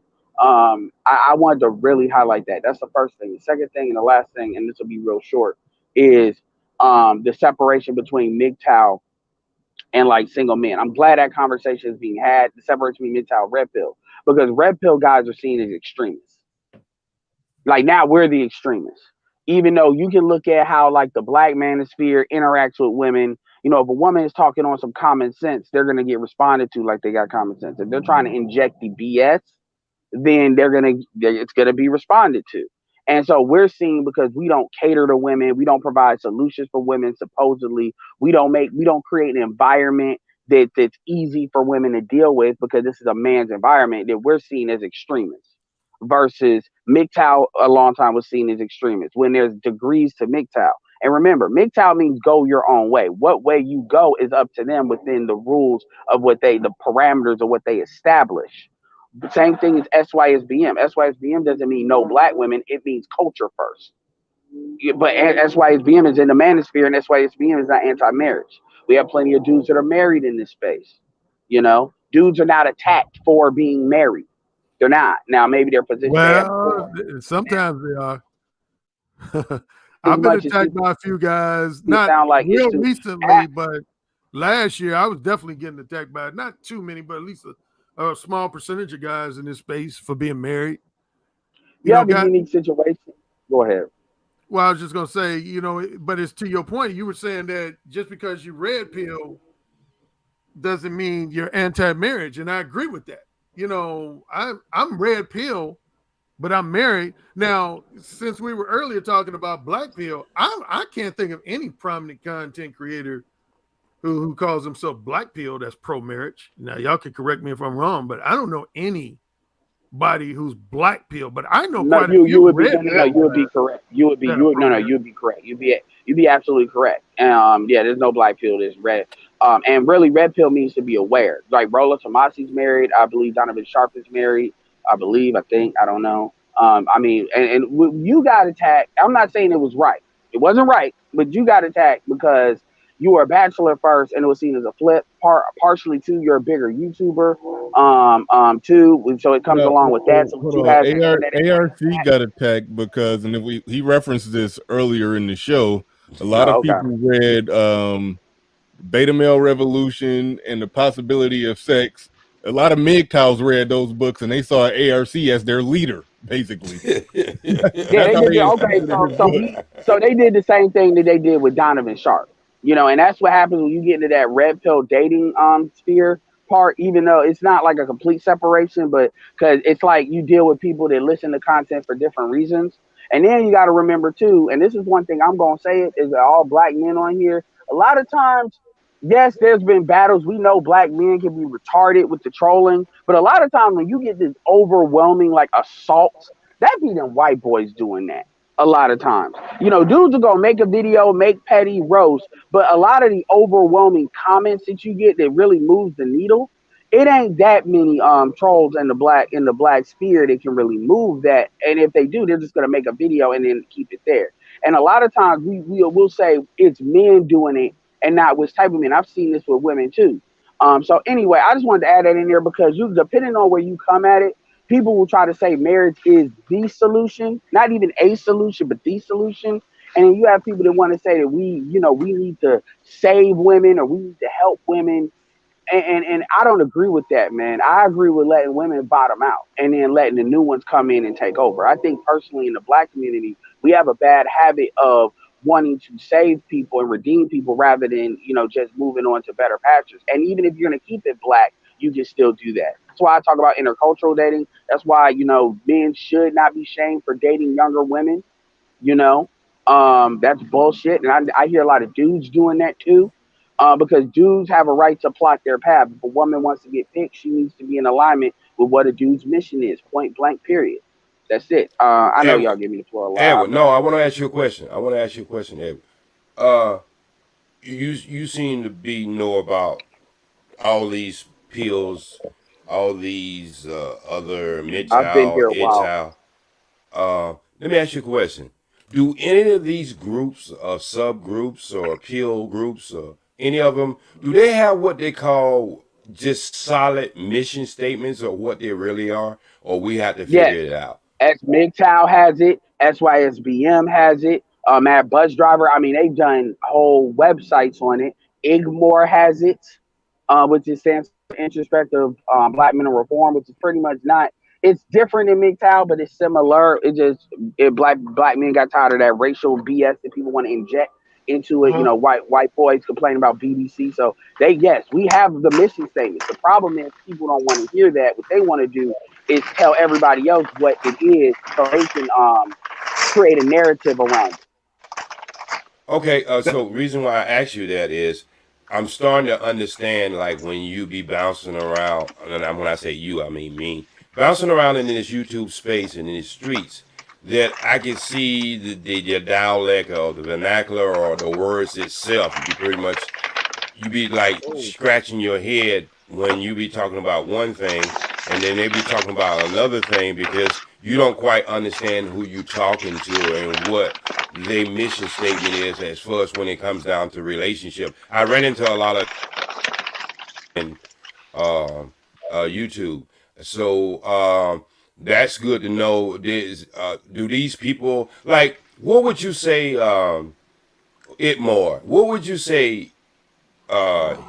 His whole snitch is. I mean, what is it? Black pill, red pill? What is Igmore in the first place? Igmore is kind of like MGTOW, but Igmore has like a lot of what to do with talking about when it comes to MGTOW. The same, except it doesn't have stages. Igmore stands for Introspective Black Mental Reform. There's like 8 tenets, but the main thing you need to know is Igmore is about you can have sex with other races of women, but you cannot have kids with other races of women. So you really need that. No, you only need to have kids with black women if you have kids. Um, it's really about talking. It is about reform, meaning things need to change in order to create an environment in which more dudes are going to do stuff. So they definitely share MGTOW as far as being anti-marriage, but they're anti-marriage for similar reasons.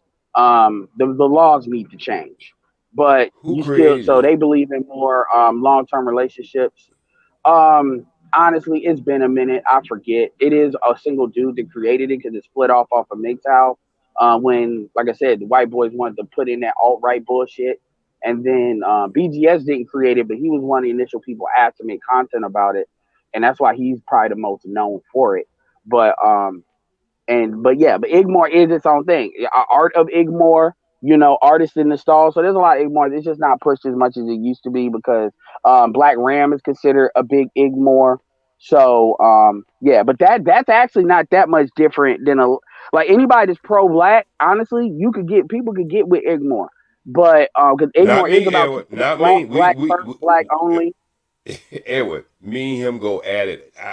No. But There's hold on, Igmore. nothing. Hold on. Though number one, BGS is not BGS Okay, that's what is I'm gonna his say. own person. BGS. That's the Okay. problem. You're assuming BGS is Okay. Igmore. Its Okay. username is that, but the Okay. tenants are the tenants. But BGS is probably added more to it as far as who's known. Him and Black Ram are probably the top 2 guys as far as that. But he wasn't the one in this. And he'll tell you he wasn't the one that created it. He was asked to come in because he was already making MGTOW content and he saw what these white boys were doing, wanting to blame us. They want to blame us for being incels. They want to blame the BBC for why they are incel, for why their white privilege has gone down. And I tell them just like I tell the Hispanics, that's a personal problem with your women. Y'all, them women that choose, just like Alan said, they choose what they want to choose.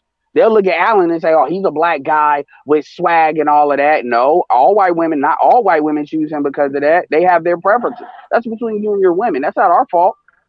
I Right. mean, but they'll try to make it our fault because they can't let that go, and that's why you had to split in the first place. But anyway, SYSBM is purely culture. It's culture first, race second, culture first, and all of that. You just supposed to save black women. Bullshit. If they want to get picked, they need to put themselves in position to get picked. If they want to be on that gynocentric bullshit, you pick the culture that's best for you. But they're not anti-marriage. They're not But whose anti-marriage at culture? all. When you say culture, who, like that group you're talking about now? Whose culture The they're talking about? culture that whatever you want your legacy to be. Oh, okay. Okay. All right. So we're talking about traditional. Okay. So if you want to be a gynocentric female and a matriarchal female, they categorically absolutely reject that. They see that as the problem with the black community, a lot of the redneckism. I heard the video you had with BGS and SYSBM doesn't even like BGS like that, but they would completely get behind what BGS was saying to you. They do not Edward, believe in saving women. They believe in letting them fall through the cracks. They don't believe in all that, your manhood and your strength. They completely do not believe that. Let me Go ahead. interject because I gotta, as I mentioned in the note, I gotta drop off in probably about 5-6 minutes. But in my closing thoughts, one thing I wanted to piggyback on, since you brought up the uncomfortable subject of race, it's interesting being a black man who previously, well, probably to this day, is still active in the worldwide manosphere. As we know, operating in the black manosphere, we know there's a wide range of distinct opinions, perspective, viewpoints that cause even a lot of heated arguments and disagreements among us. But see, loosely generalizing a lot in the Caucasian faction of the worldwide manosphere, and I know from being a featured speaker at the 21 convention, I'm just be blunt. See, there's a lot of guys at the 21 convention, which, as most people know by now, I was the first actually African-American speaker they ever had. That says something in itself. I was the first black speaker they had in the 21st century. What does that tell you? It tells you that one of the things that frustrates a lot of white guys in the manosphere that they're not really open about or blunt about is, you mentioned, Edward, I heard you mention that their white privilege has diminished. And yes, it has. See, there was a time, if you were a boomer, where, if you were a black man, you couldn't just pull no white woman, with the possible exception if you was a professional athlete or entertainment industry celebrity. But other than that, whereas nowadays, brothers can pull white women like left and right. But the problem is, a lot of these white men, they don't want their daughters dating brothers. They really don't. They don't want them within 10 feet of brothers for physical intimacy. And I could hear their coded language, some of the speakers at the 21 convention basically expressing that. They would use, of course, more politically correct terms, but what they were essentially saying is, this is what they were saying to their fellow white man. You see what's going on in society now? These niggers are able to fuck our white daughters, our beautiful white daughters. And we're just gonna stand around and not do shit about them. I mean, I'm being real, man. They don't want. That's why when I used to hear, I appreciate you for telling the truth, because a lot of people try to minimize that shit. Like we're race. Y'all niggas just scared of the white man. Y'all can't let it go. Go ahead. I know you gotta go. Well, hold on. Yeah, ARC. Wait, hold on, ARC. Before you go, I explain as best you can. What was the politically correct way that they used to say that? Like, how did they word it? They would say things like, what I'm frustrated with is this whole let's embrace diversity and let's, everybody just hug and like there's no differences between us. We know there's differences between us. They basically saying, we know there's traditional white Americans and those niggers and Hispanics and those people, but of course they're not going to say that. And I would say a lot of them look at me while they were saying this stuff. They would look at me to see, is this black guy intelligent enough to see through my coded language? And I would give them a look like, I know what you're saying, motherfucker. I know what you're saying. I'll be honest, and Anthony knows this, the organizer of it. I was hesitant to speak at the first 21 convention because I asked him, I said, man, what type of clientele do you have? Because I am getting an impression that your clientele is very alt-right nationalist type dudes, translated somewhat racist type dudes that really don't want no Negro speaking on their stage. And Anthony was like, no, we got some group guys. And there were some non-white guys there. I would say about 5 to 10% of the guys there were either black or Middle Eastern or Asian, but predominantly it was white guys. And yeah, there was some, I don't want to, blanket all the speakers. There were some speakers I could tell genuinely had a fondness for brothers and probably grew up around brothers. But you had always this small percentage of guys that part of their frustration was, we don't want our daughters and sisters dating no niggers. These niggers are just trying to fuck our daughters and our sisters, even our mothers. And we got to stop this shit. You know, under this old umbrella of diversity, my ass. You know, people need to stay in their lanes and get with their people. And I mean, yeah, I would look around like, is anybody else hearing this shit? Somebody say RC. You can't blame them. But you make a good point. You make a good point, RC, because I wanted to ask you this before you go, because I know you got to go. And you got like a minute and a half. You got like okay. You could even look at that from even the porno industry, that when white girls do make it cross that line and do it with black guys, their career usually go downhill. Yep. Or there are older white women they're at their downhill when they do go on the side of that fence. So have you any experience as far as talking to people like that? Oh yeah, because a friend, when I lived in LA, a close friend of one of my close friends, I had a close friend who actually used to moonlight as a male stripper. And one of his close friends was a fairly popular star in the porno industry. We actually had lunch one time together. And he was talking about that. How he said a lot of white women would come to him and basically say, "Oh, I want to work with you. But that wouldn't be good for my career. Because once you go black, you can never make that money back." And yeah, so a lot of there's some certain white producers that would tell white women that, hey, I'm going by what this guy told me, that these white women would tell them, that would come to the white porn actresses and say, have you done any scenes with any black guys? Or sometimes they would say niggers. And they would say no. They say, because if you do, we're never going to hire you. We're going to blackball you. You're going to you have to do nothing but nigger porn. She's already been blackballed, but go ahead. Hold on. Here's the funny thing about that today. Here's the funny thing about that today. This is the catch-22. Today, which is the most popular niche in the porn industry? It's interracial.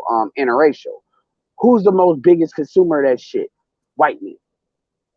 Yeah. Oh, white man. Yeah. That's what I'm saying. You opened up another. I almost want to expound. So I know.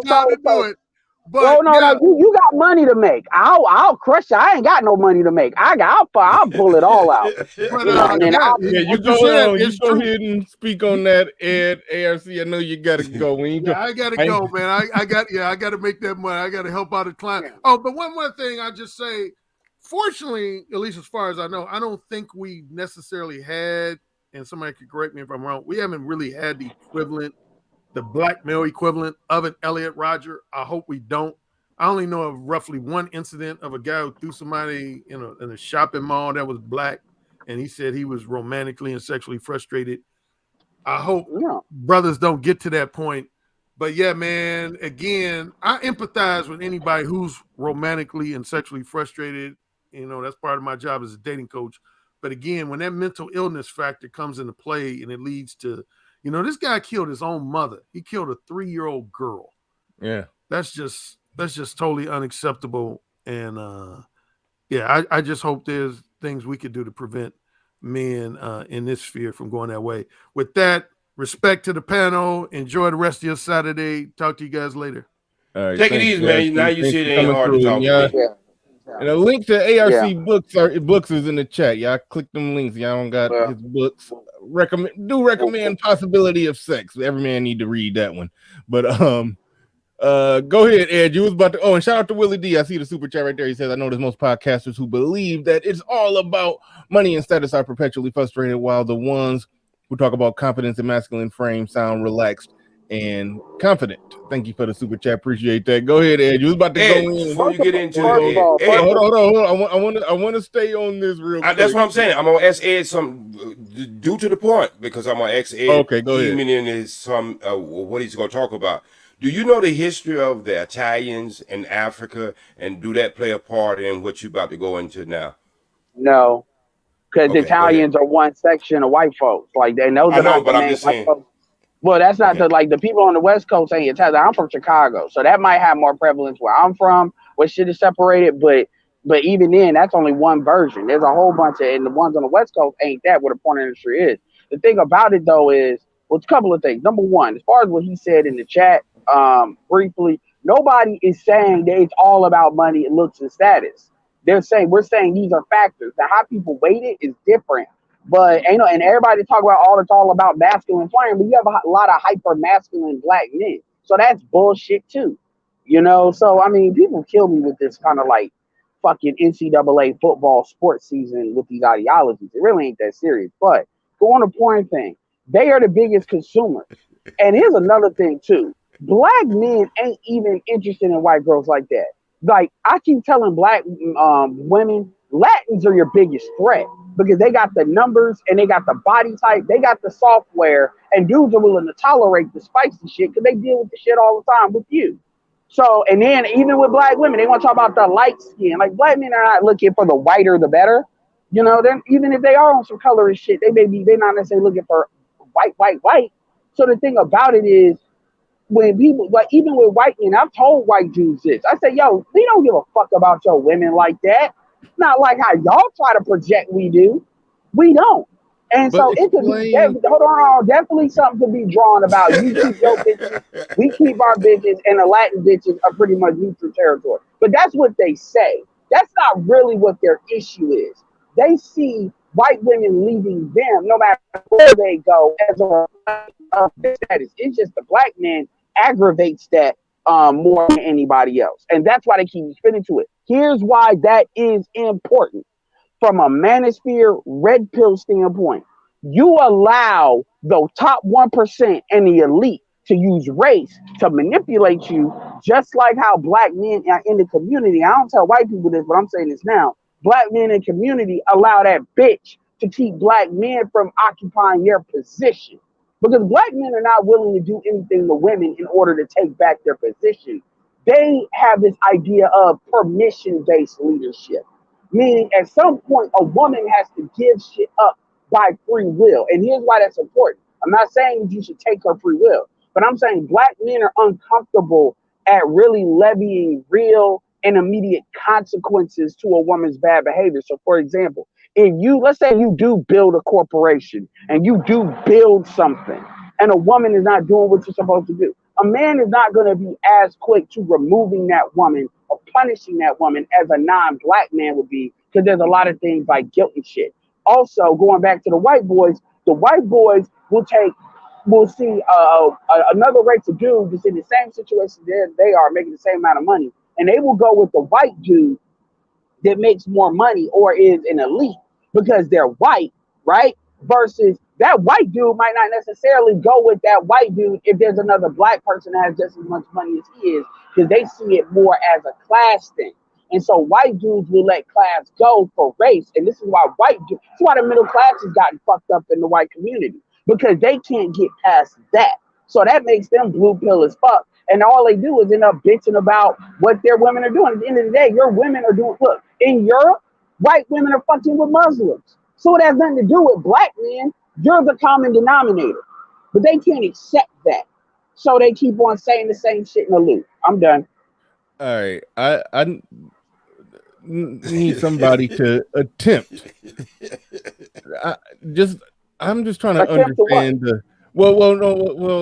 I guess what I'm looking for, I'm just trying to understand the psychological profile of somebody who complains about white women getting with black men is a problem. A white guy who complains about that, so like what ARC was talking about. But statistically, the number one consumer of interracial porn when it's a black man and a white woman is white men. So it got to be some overlap with the ones who are complaining and also jacking off to it.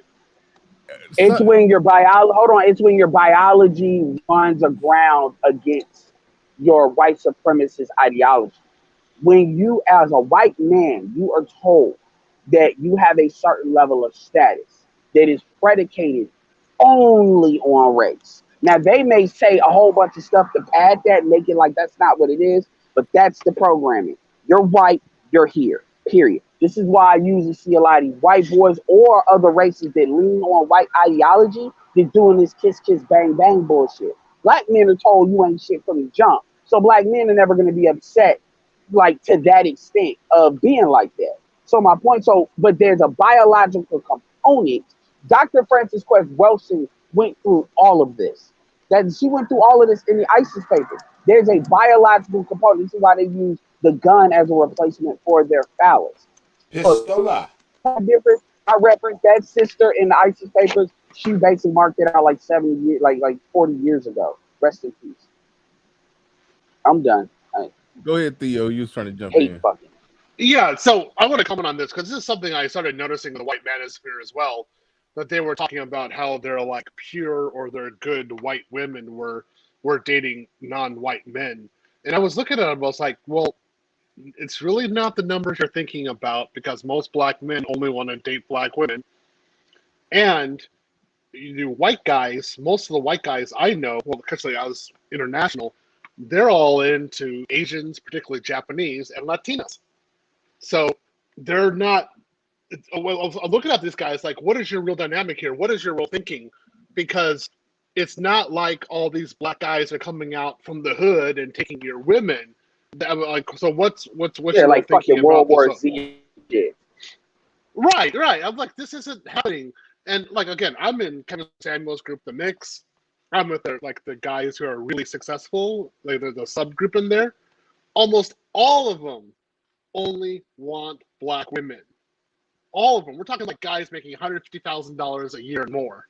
They want black women. Or if they want in like another country, they want black women from another country.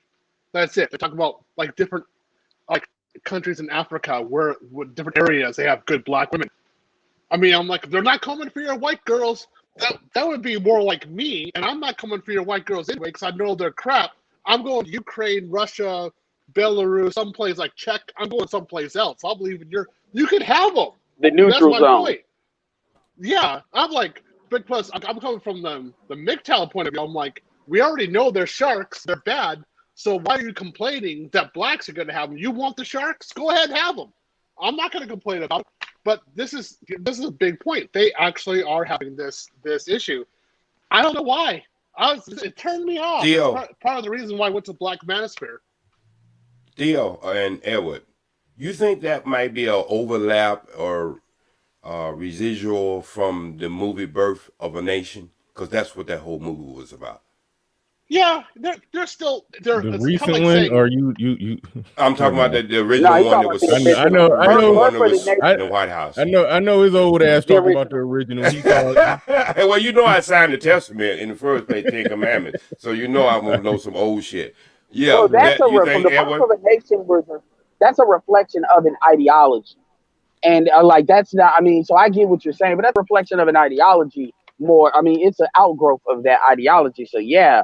But at the end of the day, this is how you know a lot of these motherfuckers are incels. Because the white guys, they're in the top 50% don't have this fucking problem. Because it ain't the math doesn't add up. They try to make it bigger than what it is because that's why they justify. See, there's a lot of, and this is where shout out to Judge Joe Brown talked about. You got a lot of these soy boys. We're not going to talk about the ones that are homosexual. We'll talk about the ones that they're not. You know, they're not white. They ain't the strongest white men, right? So they need that that pick me up. And the thing about black men is the reason why I can say this like I'm saying it is because black men, we're not expected to have anything either. And we have to go against the grain constantly. So we have zero fucking sympathy. So for white men in a white country in a white civilization, when you lose because Darwinism should have really handled your ass. And so there's a counter in that. So no, for real. Because think about it. 90% of these incels, if they were willing to date black women, would not be incels. Because there's a lot of black women. There are black women that would be willing to deal with them in the same way they wouldn't be willing to deal with black men. Now, so my point, this is the biggest thing. So what they do is they manufacture this bullshit. But the problem is you got other white dudes, like the people that run the 21 convention or whatever, that they won't do what black men do. Like at the end of the day, black men are gonna be default to nigga, you ain't got no game, you ain't man enough, shut the fuck up and man the fuck up. See, them white boys won't do that to them. They won't do that. And that's why a lot of us say, you know what, fuck y'all. Because you won't exercise that. See, we won't let a whole bunch of niggas that we know ain't getting no pussy just blame everything else and just constantly do it. Like, you're gonna have to show like the real issues. You're not gonna be able to default to this bullshit. See, you have that in the black manosphere. You have that pushback. Alan Roger Curry's done the pushback. You know, he's the first nigga talking about before he got married. If you say some shit like I shouldn't say this, but I'll give you a perfect example. That if this would have happened a couple years ago, you barked out. Well, while Ed figures that out or try to come back, he made a real good point that I never thought about. That I mean, I wouldn't personally know if what they do in the white manosphere, rather or not. Somebody who, for whatever reason, ain't getting no ass, but trying to lead the conversation on what the problem is.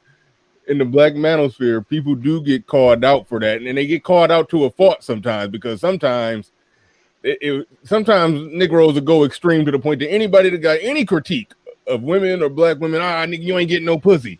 That gets overdone in the manosphere, but there is a healthy amount of it, because I remember it was one conversation that we was having about women.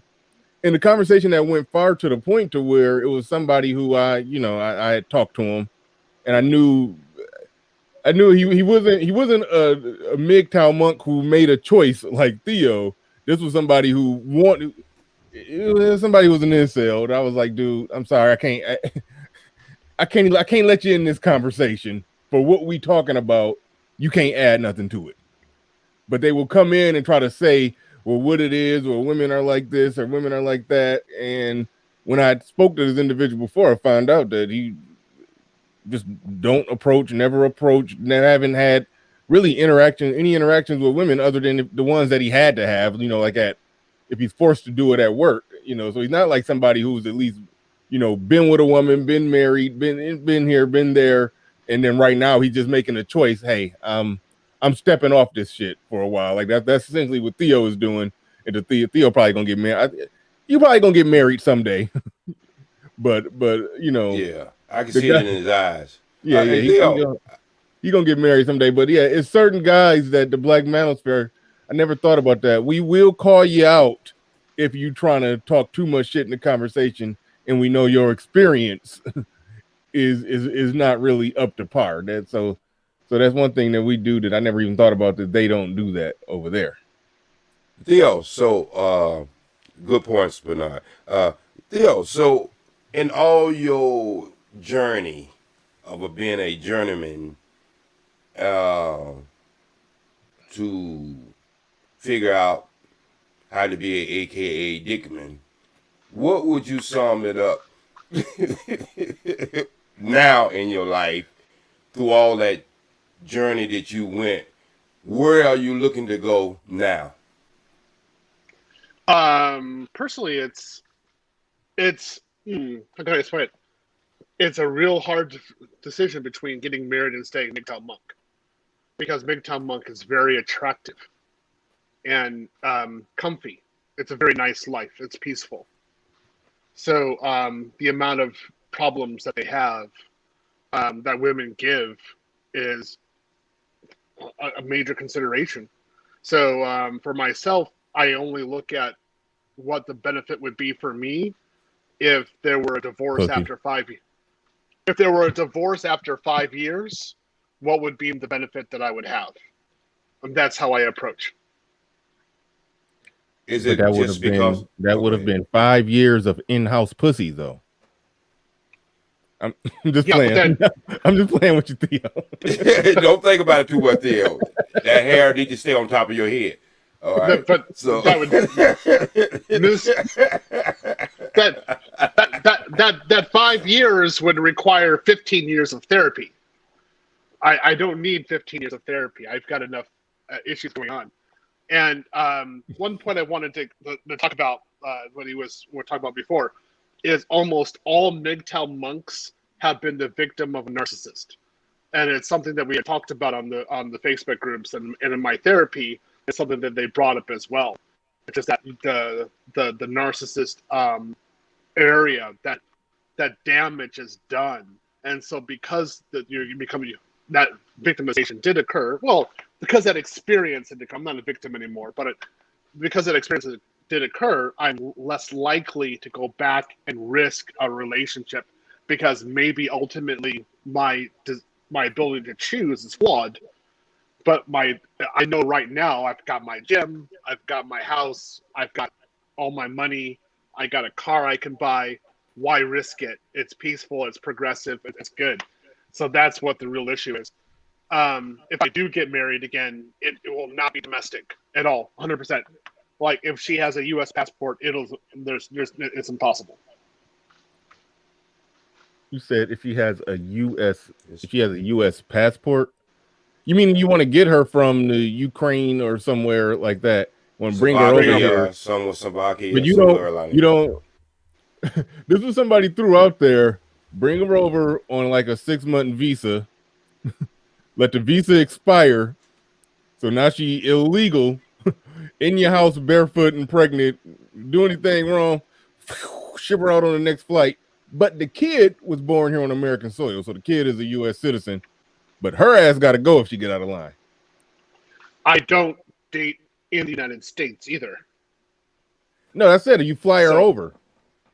Yeah, no, but if I fly her over, that means I got her a visa, and I'll only do a marriage visa.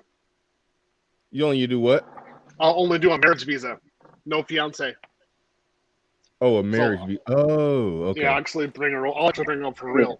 And that's folks. By the way, hold on, real quick. With a marriage visa, she instantly becomes a citizen, fully legal U.S. citizen. Then, right? No. This is the way it works. In case anybody's listening, so the U.S. government does protect U.S. citizens with the if you do a fiance visa. So let's say she comes over on a fiance visa and you get married, 3 months she cannot work. So she's literally just inside your house for 3 months. She's dependent on you. You've got to pay for everything. Then after 2 years, the government comes over again and looks to see how the situation is. And if the situation is good, then she can get a green card. And then she has to follow her normal citizen path, which is 7 years, in order to become a U.S. citizen. So if there's a problem before that 2-year time period, you can just tell the government, and the government's like, get your booty out of the country. You have to leave. Yep. What if, during those 2 years, y'all had a kid. Kid would definitely be a full-blown U.S. citizen, no question asked. But you could still get her shipped off on her way. That's correct. She has no way of challenging. Damn. What? That's no recourse, that's how no you nothing. Maintain, that's how you have full power in that situation. But then the question is, do you have your economics together to do that? And a lot of people that will come up with jerry-rigged shit like that usually don't. Well, no, I know that's why I'm asking these questions of Theo, because I know he got the economics together. I know it's not just. No, I understand that, but if you listen to how he initially said it, and I agree with what you're saying, but what I'm saying is he's like, it's not even going to be that kind of mental energy, because you're still trying to find a way to make a way work that you fundamentally, if you have to jump all through these hoops to make it work in the U.S., why not just be international and deal with a better crop where you don't have to deal with all of that stuff? Still have the protections in place, but you ain't got to, because you shouldn't have to be constantly watching people or having a threat of making you leave, constantly on somebody. You got to do too much bitch management. And so it's better to deal with somebody that's not that you ain't got to manage like that, as the right culture and stuff like that. When he talking about flying her over, are you saying go live over there? Ed, did you understand that part? He's talking about flying her over to the United States. Yeah, bringing her over to the United States on a marriage visa. That's what Theo said he's going to do if he ever gets married. That's what you said. You're going to bring him over to the United States on a marriage visa. Yeah. Hold on. Let me explain this. So there's two possible. I prefer to bring her over on a wife visa, but even with a wife visa, she can't work immediately. So if she comes over with a fiance visa, that's where she's actually there's a longer process, but she actually can't work for the first 3 months, and then after that she can get a work visa, but she doesn't have a green card. And so this is designed to protect the U.S. citizen. Now, the reason why I know about this is I'm looking at divorce laws. I'm looking at various other men's experiences, and of course, I was abroad before. I lived in Japan, and I went from work visa to marriage visa myself. So I'm just comparing it because I've been through this experience. That's why I want to know about it. And basically, what you're looking for is if a girl secretly does want to have she's just trying to get a green card. Well, the system is designed so that she just can't get a green card quickly. The government is basically like, we want you to banging a lot and making kids. And if there's no kids involved, we don't want a visa. But if you two are banging a lot and she's pregnant, okay, we understand. Visas are coming. Yeah, this will work. That makes absolute sense based on stuff I've heard like BGS and them say, because America wants kids. That makes absolute sense what you just said. Yeah.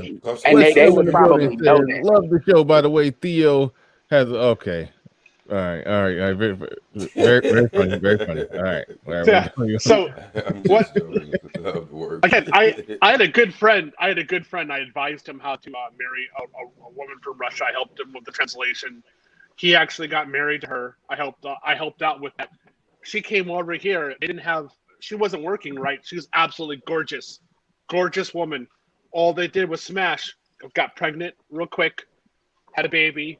All they did was smash again afterwards. Had a second child.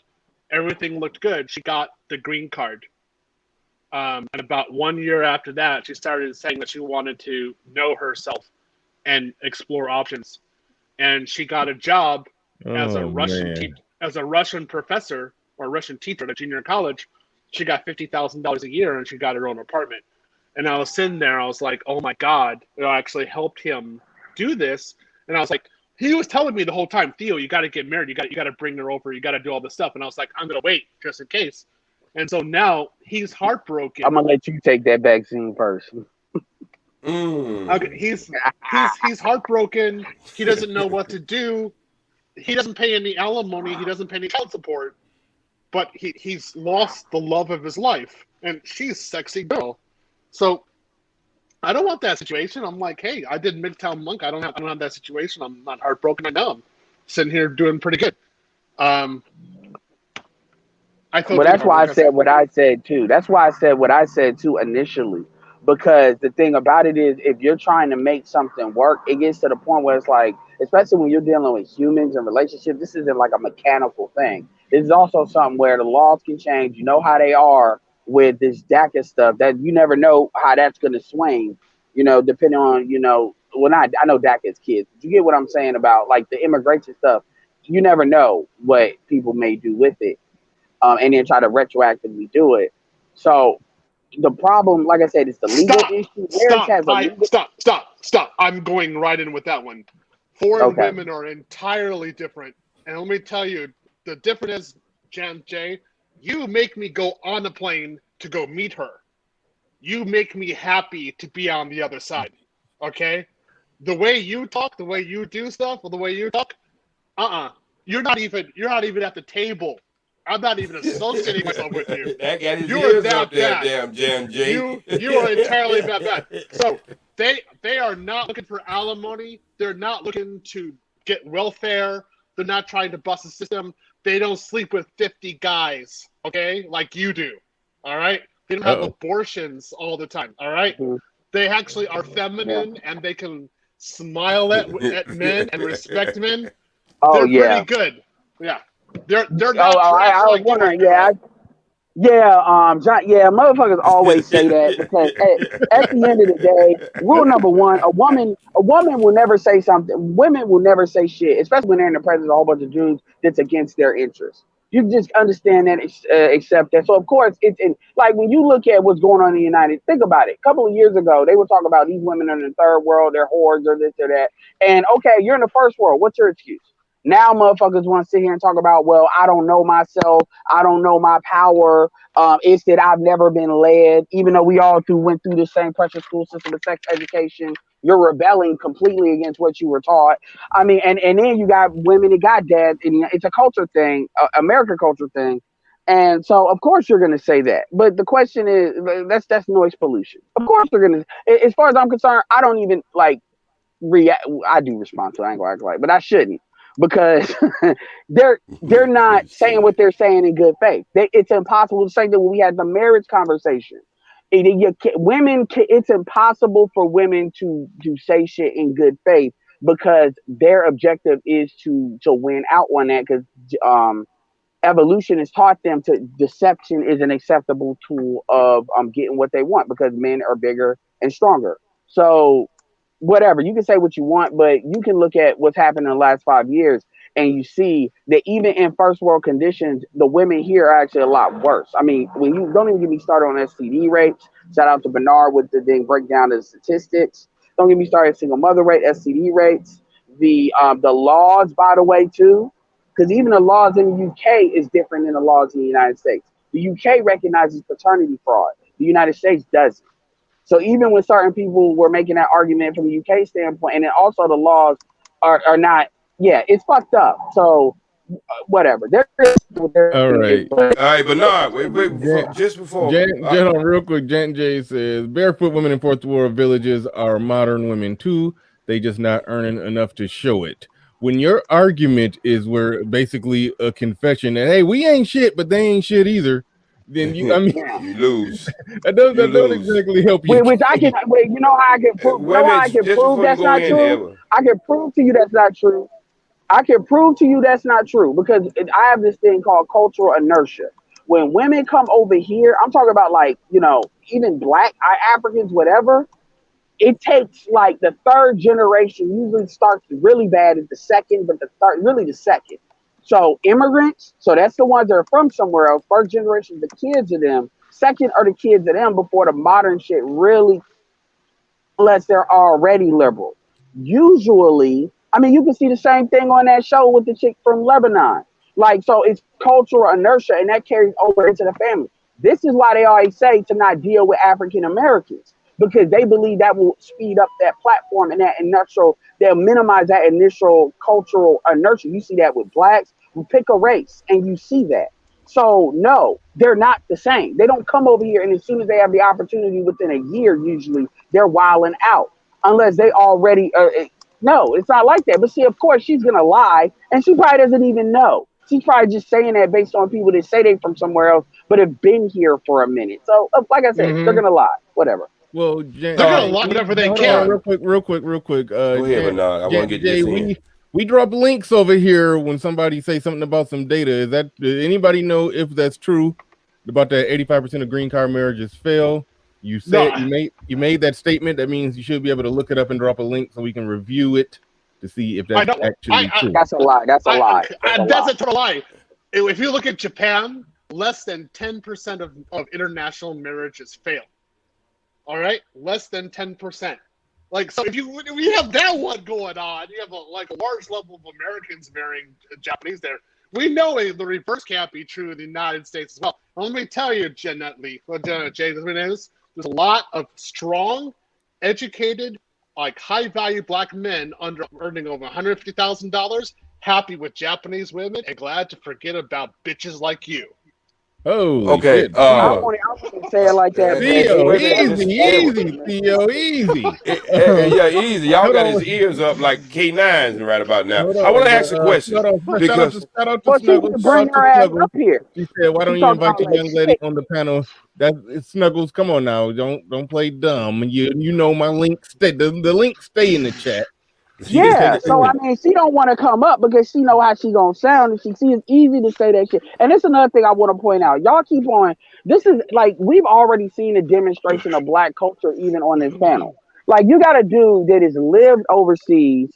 I don't know what you do, but clearly you making enough money where you can do that, right? And because he doesn't fit the acronym of black culture, the real nigga shit that people feel he should feel is the key word, he should fit. Now we get with the slick dish, the roast, talk about his forehead, talk about shit. Like if it's me, people will be trying to talk about my height, or nigga, you light skin. See, this is the shit that motherfuckers get tired of with you Negroes. And then you get mad when everybody just got something. I'm talking about infrastructure shit.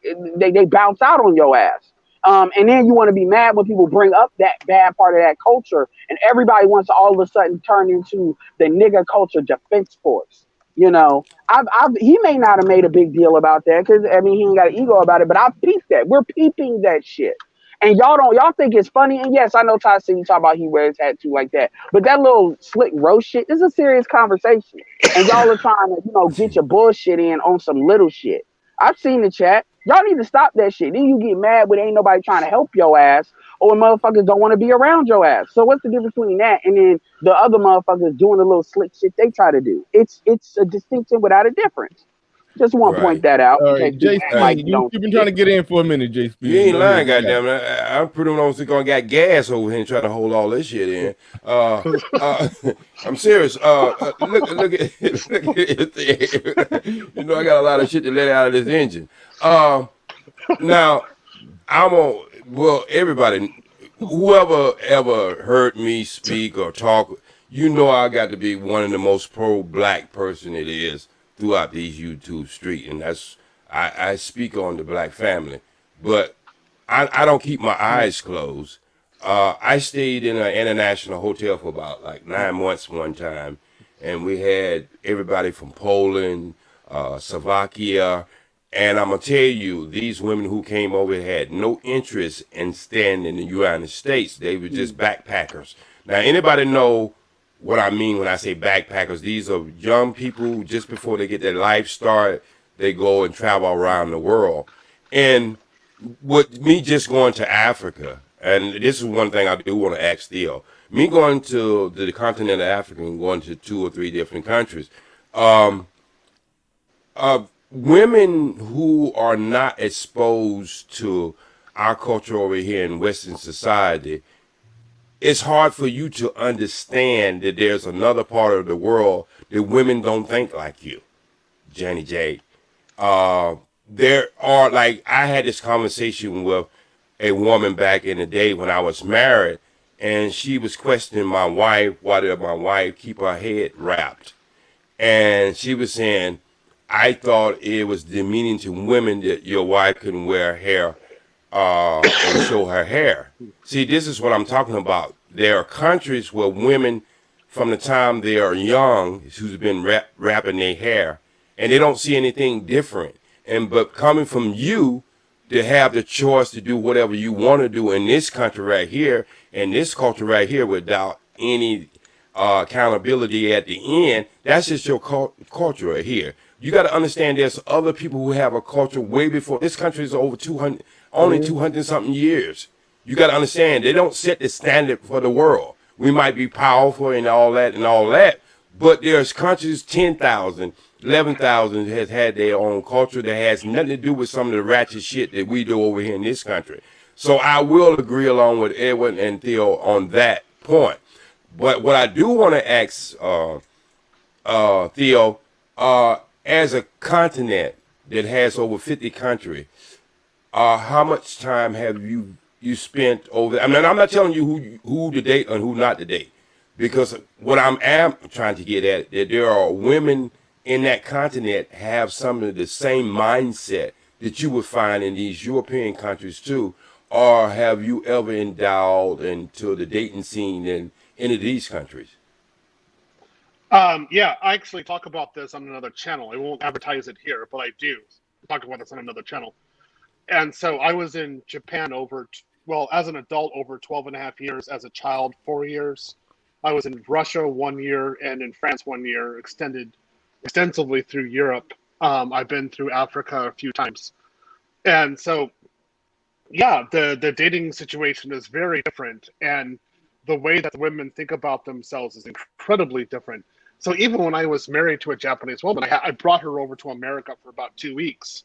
And she was, talking to American women and looking at, the media and things like this. And she said, yeah, I can see why you went to Japan.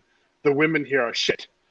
That was her total view. She said, American no josei wa totemo unchi da yo. That's how she said it in Japanese. Mm-hmm. And, that's what they said. They're crap. And she did not want to be American whatsoever. In fact, when we were here, we only spoke in Japanese.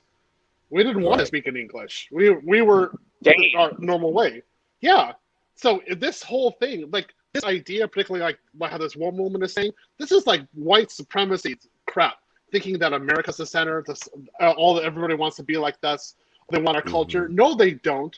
I know. Like, actually, I have to go to my trainer right now. She's pinging me because I'm late to my personal trainer session. Okay. She's from Brazil, and I ask her about this from time to time. She actually watches some of the stuff. She watches some of the live streams I do, and she's like, "Yeah, I don't want to be like an American woman. She's Brazilian. She likes being Brazilian. She doesn't want to be an American woman. She doesn't want to use, like, she's aware how like American use the government, they use the welfare, they destroy families.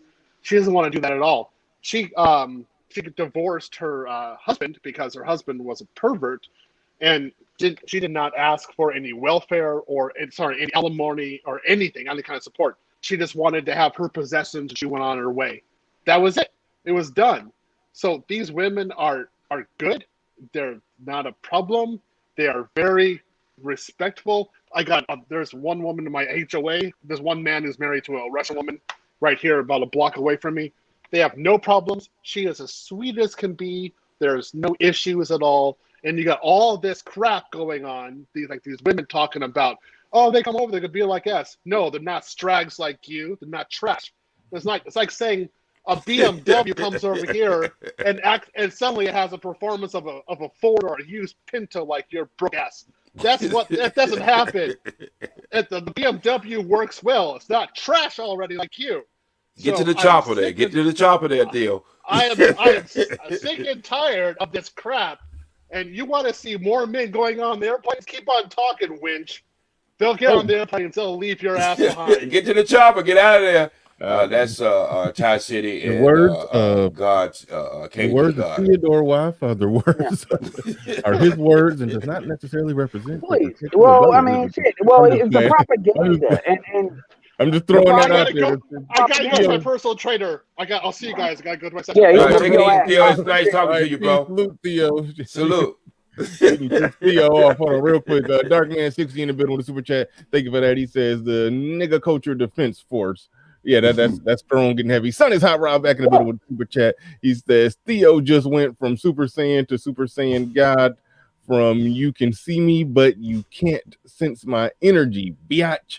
Here's the Bernard Riley way of saying and also, hold on, real quick. Shout out to Little Big Nate. Thanks for the $15 cash app. D-Rock Den, thank you for the $5 cash app. At least I think that was from today. And Mr. C in the building with a $30 cash app. Appreciate each and every one of you. Go ahead, Ed. What you was trying to say? Glenn and Cameron called the Black people marketing department.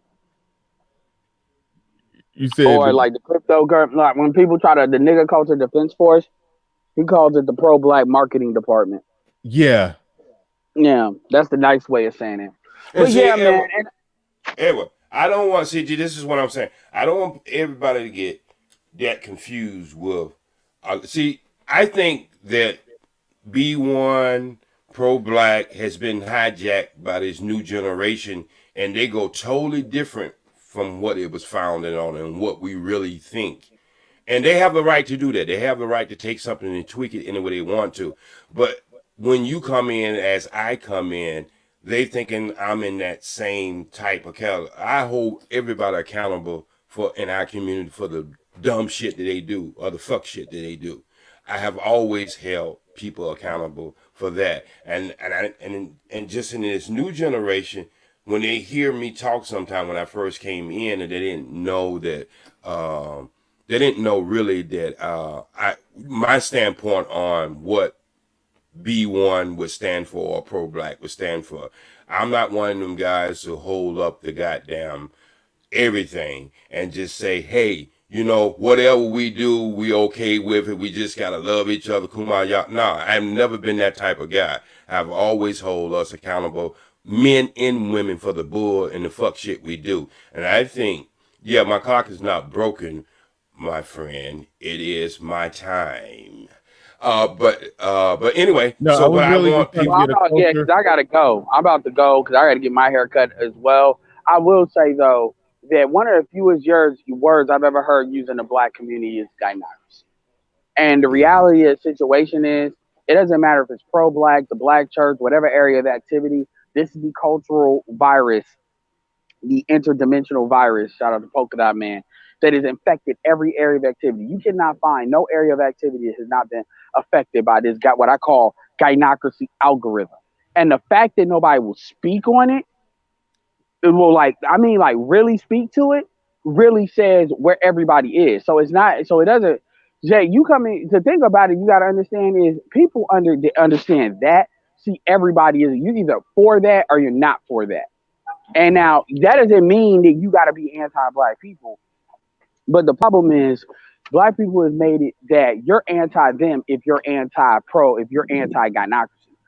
That's how they've made the choice that. And basically held the children hostage, held everything hostage. In fact, held these girls hostage. Let's be clear here. I say this. Nobody has never taken more from the black woman than the white woman. Nobody has never kissed the ass of the black woman, or the white woman more than the black woman. I will also say this. Nobody has taken more from younger black women than older black women. Because the reality is older black women have to sacrifice their femininity, their youth, their happiness to keep that the old matriarchy going. It's kind of like a Darth Sidious Darth Vader situation where you have to sacrifice your body and become Darth Vader. And the sad thing is they actually code up on that and they believe in that. That's why even though they know it's certain things that directly affect them, they'll go along with it or minimize it. So rather than it be black men and black women, shout out to Pete Book Lessons because she talked about this too. Black men and black women having a culture battle with a lot of these motherfuckers. What you have is black men have to occupy the space that the women should be occupying, checking the other women. So it's seen as a gender issue, and it's seen as black men just can't control a women, so they're complaining. And a lot of black men are getting to the point where they're just like, okay, you know what? You just need to go get a white man. You need to go get a man that's not me because this ain't never going to change. And that's growing. The Z's are not the millennials. The Z's are not going to be having these conversations.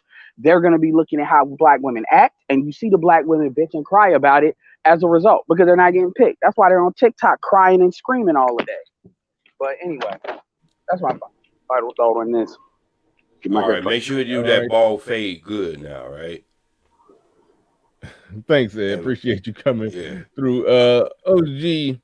Hey, look here, man. We now, got real quick. A lot of people did think that this was an actual a video, and you were just not in your seat or something like that. But no, this is an actual picture, and that's why the clock on the wall been showing the same time since he been on the air. What I zoomed in for, I was trying to get a look at these monitors and see what you had on these damn monitors. And I was trying to look at this picture on the wall and see what was actually going on in there. I was really just trying to zoom in and catch something incriminating in this picture, but I didn't find nothing. But Bernard, I took my time and I built that studio with my hand. It's in my garage, and I put it together when I first came into these YouTube streets. So when I came in with power. I came in trying to do the damn thing. But what I want to say to you, you're doing a great job keeping the shine off your forehead. You didn't let it slip but one time today. I do want to say that. And number two, anytime you put on that goddamn shirt, I know you had a rough night. And I've been seeing you've been yawning throughout the goddamn broadcast all goddamn day. So I'm very observant with bullshits, Bernard. That's what I'm doing. I'm the bullshit killer.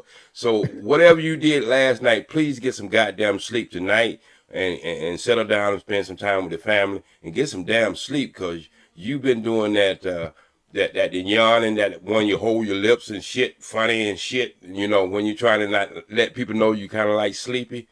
I understand you, brother. You be watching me real close, catching all the subtleties of my body language. Most certainly.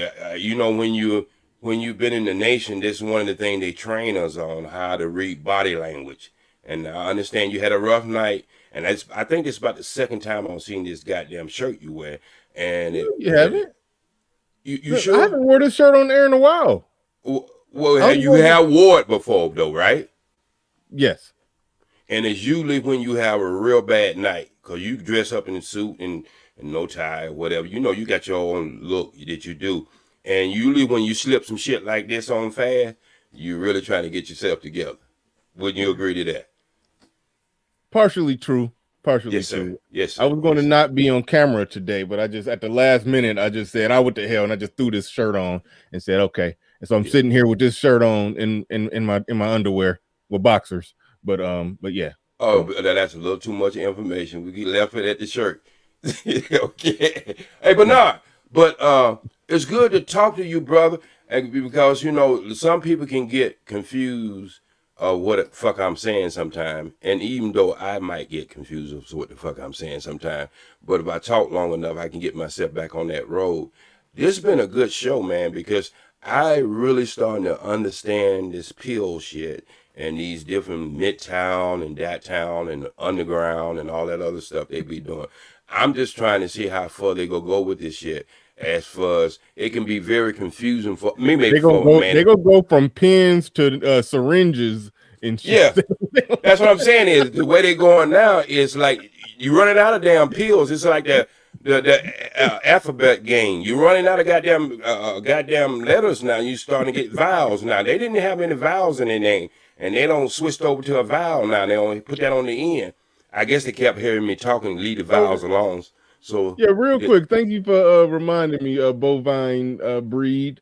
What was up with you and BGS? I watched some of that, man. You was on BGS show clowning. What's your problem with BGS? Well, y'all two old ass boomers. Y'all should. And that's why this is why I wanted to squash. I was gonna do a show later on, a piggyback show on what happened. Okay, we as older elders, we must be the example, even if we disagree with each other theory or what things should be. So that's why I just totally some Metamucil or something. No, it's okay. Let me just give you the summation of what I think the problem with me and BGS. I'm an older gentleman. He is an older gentleman. We come up with some of the same people and know some of the same people and were in some of the same movement, which I'm still in that movement. Somewhere down the line, he decided to, push his to another level. But the problem I have with him as a person is when I come in a room with him, he must understand I'm not one of these fans or cronies. I have a mind for my goddamn self. And if any man thinks I should submit to him, he has lost his monkey ass mind because I don't submit to no one. So I'm going to speak the way I speak, but I find out, some of his fans and himself, they become this hit mafia. If you don't agree along with his theory, then you just coming out of your ass. And I don't believe that's a decent conversation. I think the conversation evolves when two people are able to listen to each other and then try to understand each other platform or understand what each other is trying to say. But if you just want to be the dictator of what's wrong with the black community, then you just want somebody to take your thesis and say, this is what it is, and anything on the outside of that is dumb as hell. I don't believe that. If I had to believe that, I would never come on your show or anybody else's show. I just stay on my platform and just talk. I think, and it's not just for him, I think for anyone. And this is why I do respect your show, because you do have a lot of people that come on your show that you might highly disagree with. You being one of them. So I'm number one. I got that number one spot. Yeah. But you find something in what I'm saying is sometimes there's some truth and there's some entertainment element to it. I bring a sparkle to your show because some of these motherfuckers are just too stiff. That's number one. Some of the people you have on your show are just too stiff, and I understand that. That's who they are, and they just what I would call coming up bookworms, and they tone of their speech and everything is just so perfect. We have to dim the light sometime, and that's where I come in.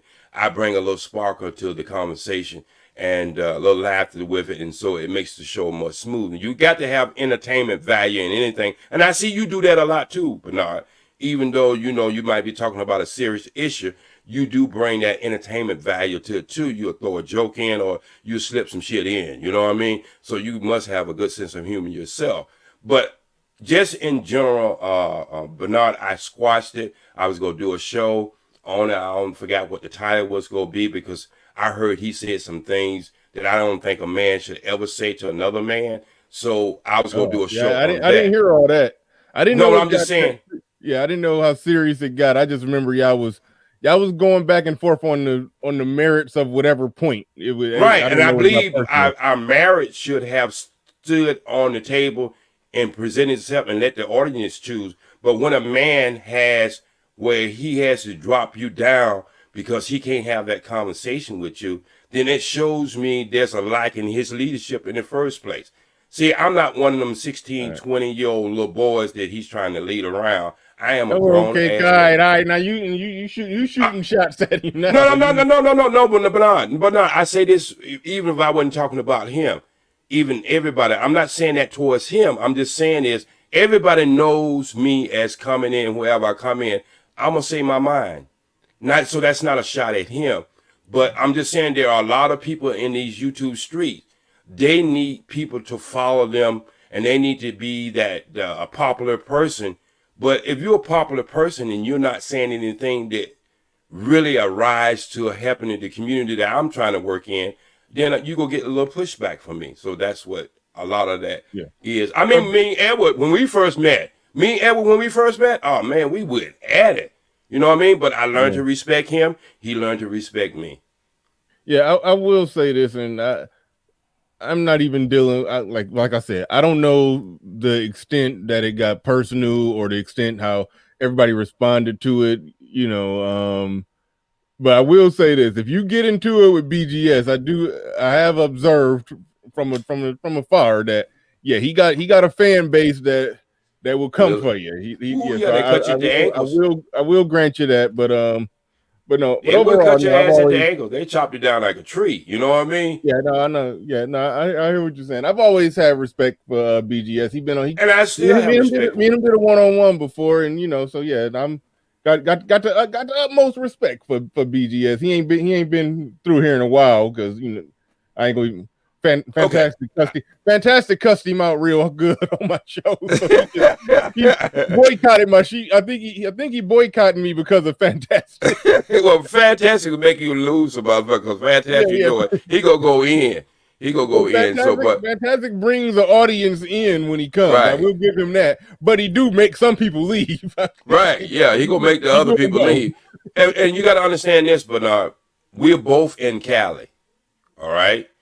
Me and BGS, we both in Cali, and one thing I can tell you about people like BGS is one thing I tell you about people like that. They know who's on the front line because they've been on the front line. And so when I first came in, and everybody called me J Speed or G, that's my name, but my spiritual name is Askil Muhammad. And so the 2 people or 3 people we know the same. That's the name they know me by. And so when I first started going on his night show, I think that's where it started at. And he just looked at the J Speed OG name, but he didn't know my spiritual name is Askil Muhammad.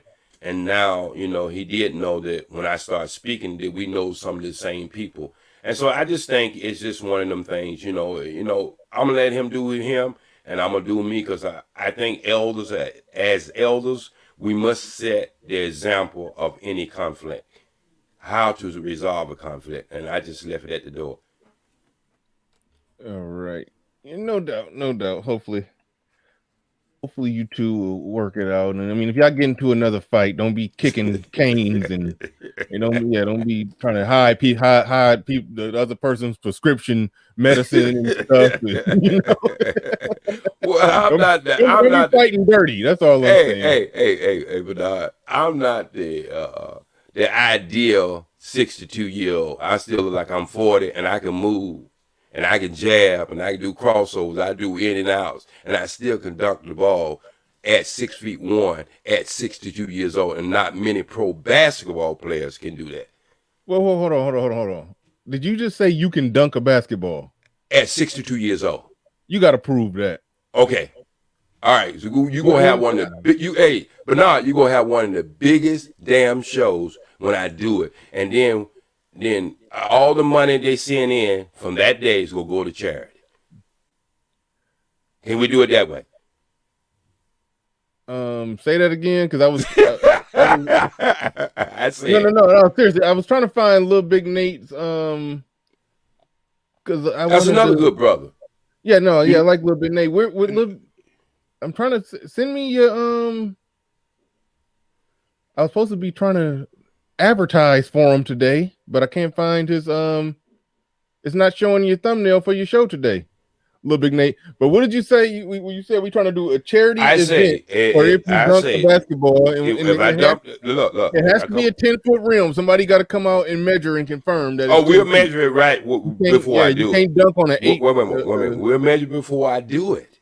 All right, if that's good enough for you. And we'll do the newspaper clipping so you won't say it was done 10 years back. We'll get the newspaper for that morning, and we'll do the show. And all charity and all super chats you get will go to any charity that you choose, not me. How about that? Fair enough. All right. But that day you cannot have grease on your face. Because I don't need to be slipping and sliding, do no ambulance riding. Okay.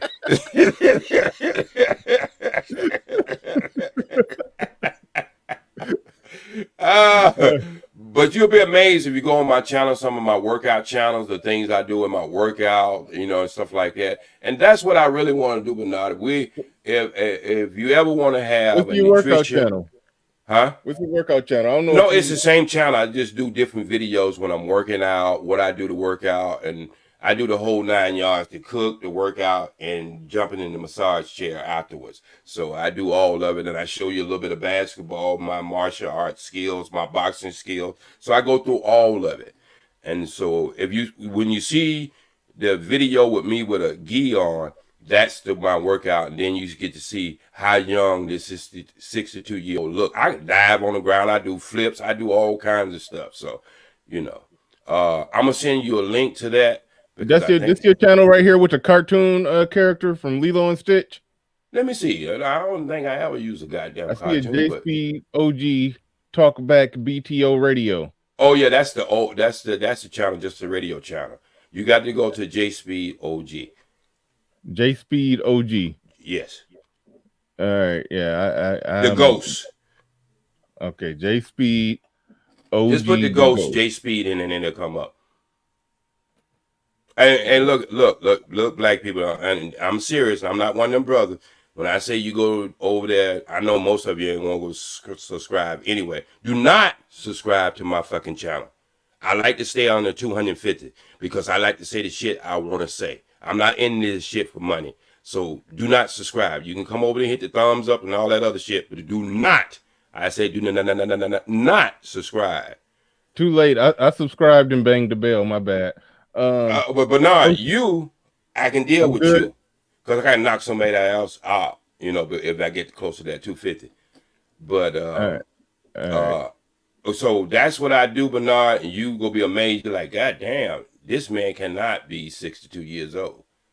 Yeah, I don't believe you can dunk, because last time I tried to jump up and just grab the rim, I felt every bone in my leg start crinkling up. How tall are you, Bernard? I'm 6'1". You 6'1". We are the same height, and I guarantee you over 225. Yes. Okay, that's your fucking problem. At 6'1", you're supposed to be down to 175, 180 pounds. At my in shape fighting weight, I was like 215, but with a 6-pack. So well, look here, Bernard. So I got that's like I got I'm kind of linebacker built. I understand that, but you were probably a lot younger. And you were a lot younger, and at 6 feet tall, you should have been boxing middleweight, because I boxed middleweight for probably 75% of my boxing career. I boxed middleweight, and then I moved up. But you should be in that weight anywhere from 155 to 165 when you was younger. And when you got older, that's when that relaxed weight comes in, and the muscle and all that other stuff comes in. But yeah, no, you at your best about 185 pounds. Yeah, it's a lot of weight on me. I gotta get off. But the best shape I've ever been in, over 30, it was still like 220. I was ripped up and had muscles, and stomach was for the most part flat. I have a 6-pack, but my stomach was flat. Right, that means that you didn't lose enough weight. If your stomach is flat and you don't see that part of your muscles, that means that you still haven't got enough fat. Because Ali boxed at 205. Okay, that was his earlier prime. in his career. Yeah, early in his life, and you see as he got older, he moved up because anytime you get into 195, 200, you are a heavyweight. You know what I mean? And middleweight, you should know, is the most toughest weight in any division of boxing because that means you got enough strength and power and speed. Versus when you get into light heavy versus you get in heavy, because usually when you get in heavy, the speed goes away, the power comes in. There are some guys who do have speed, but you won't run into them guys too often in the heavyweight. But in the middleweight, you get everything. That's a little bit Nate right there. You know me, a little bit Nate. When we first met, but I learned to respect that. But see, I can listen to people who have different opinions to me because I learned something. I'm not close to learning anything, but a lot of the guys stereotype me before they even get my message or what what my brand is, and I think I give the olive branch to them way before they give it to me. Well, what we have here with Little Big Nate's thumbnail, let's do a review of this. Let me see, what time is it even coming on? 2 o'clock is damn near starting now. Damn near starting. It's a 5-minute countdown, 4 minutes and 43 seconds. So it's about to start pretty soon. Make sure y'all head on over to Little Big Nate's show. The show today is titled "The Christian Hustle versus Black Manosphere Truth." Absolutely, go and check that out today. His thumbnails are a little busy. You right, he ain't got no more fat women on that goddamn post. Well, that's all that'd be at the church, but shout out to Platinum Elite. That's I'm pretty sure there's some women there with chicken and cornbread in their pocketbook, but not all people in the church are fat now. I know the kid, the children. You talking about the little chicken wings? The kid's still skinny. Yeah, you go to once you go over 30 and still in the church, you fat. That's just how it is. But anyway, you don't have mega churches where you from, right? I'm just talking shit, man. Okay, I got you. Go ahead, talking shit. All right, we about to get out of here pretty soon. Shout out to Kenny Conjo in the building. He said big shout out to Brother Bernard Riley and everyone. OGJ Speed. Okay, Little Big Nate just officially started, so I'm gonna drop the link so y'all can head right on over there. But he says shout out to OGJ Speed about to fight Manny Pacquiao next week. Replacing Errol Spence. Oh man. That's, if he can still dunk, he can bang with Pacquiao. I'm too heavy for Pacquiao. Anybody know anything about boxing? I'm just too heavy for him. If he don't get a stool to try to hit me fast, it's pretty much over for his ass. Floyd just basically fought a heavyweight. I mean, 190 is as close to a heavyweight as you can get without being a heavyweight. Well, you got to understand, before that fight ever happened, there's some communication going on too. Yeah, a little bit. When you get to the entertainment part of that, Bernard, you got to understand that it becomes almost like WWF or whatever that wrestling league is. Yeah, I mean any exhibition fight. I mean it's sort of like when in Rocky when he fought Hulk Hogan. That's right. That's what I view that as. Right. So people don't understand and they look at it and they take it a lot serious. But any person who ever boxed in their life understand weight do count. That's why when some guys who have power at 155 and they go up to 160, 165, they find out their power don't mean shit to them guys. And then they have to learn how to re-punch again to get that power on that level. So as you go up, the punches get harder. As you go down, the punches get faster. And anybody who ever boxed of any time or any length understands that. It's like you boxing your child. If your child is 7, 8 years old, it's not like your child can't pick up a damn ashtray and hit you in the damn eye. But that to be happening, you know that your child can never beat you in a boxing match. And that's when it comes down to professional boxing. That's the only association I can give you to make you understand. No, I understand. Yeah, I know you understand it, but not. I'm just saying people who on the outside who would never, that was part of how Floyd Mayweather, was able to keep that undefeated record. He said his walking around weight was like 145 or 149 or something like that. He would fight guys who normally would fight at like 165. They would drain themselves to lose weight to try to fight him. But he was in at peak performance, but they drained, struggling to try to, you know, to get down his weight just so they could fight him and make that money. So they was coming in dehydrated, you know, and everything. And if they naturally fight at 165, then, you know, they can't, they not they self. They not they self no more. And a lot of people have been known. A lot of people known, like when you see black guys fight people like from another racial background, like the Mexican or the people from the Caribbean islands or whatever, they always try to grade the fight on the person in the United States. Let's just look at it, people. Black people, we have a unique body. And usually when you see a Spanish fighters, that's their natural weight. Black people are continuously growing and their weight changes. So a lot of time when you see Spanish or people from other places fighting guys in a small division, these guys are usually grown men, and the other guys are usually just young guys, just, you know, starting to get into manhood. Because usually when they get into manhood, their weight go up, so they don't fight in them divisions anymore. So sometimes you can think that the other fighters are much better, that race is much better than that division. It's only due to the fact these are grown men in that division and the other races, and they ain't gonna get no bigger. Did you just say grown men's? You supposed to put no S at the end of men? Oh, well, you know what? I can do that because but no, I ain't had nobody do that since Damon Wayne on The Living Color when he was doing men on film. Well, where you think I spend a lot of my time at, Bernard? You sounded like David Allen Greer. We're talking about some men's. The last person I've heard put an S on men is the guy who said, "I don't like men's no more. I've been delivered." What I'm saying, Bernard, I got a good microphone. And sometimes you hear letters that I really didn't put in. I begin to be moving something on the table, and it sound like an S went on it, but it really wasn't an S. You understand what I'm saying? I got one of them very sensitive microphones. All right, now we getting out here. Y'all go check out Little Big Nate. We are out of here. Peace.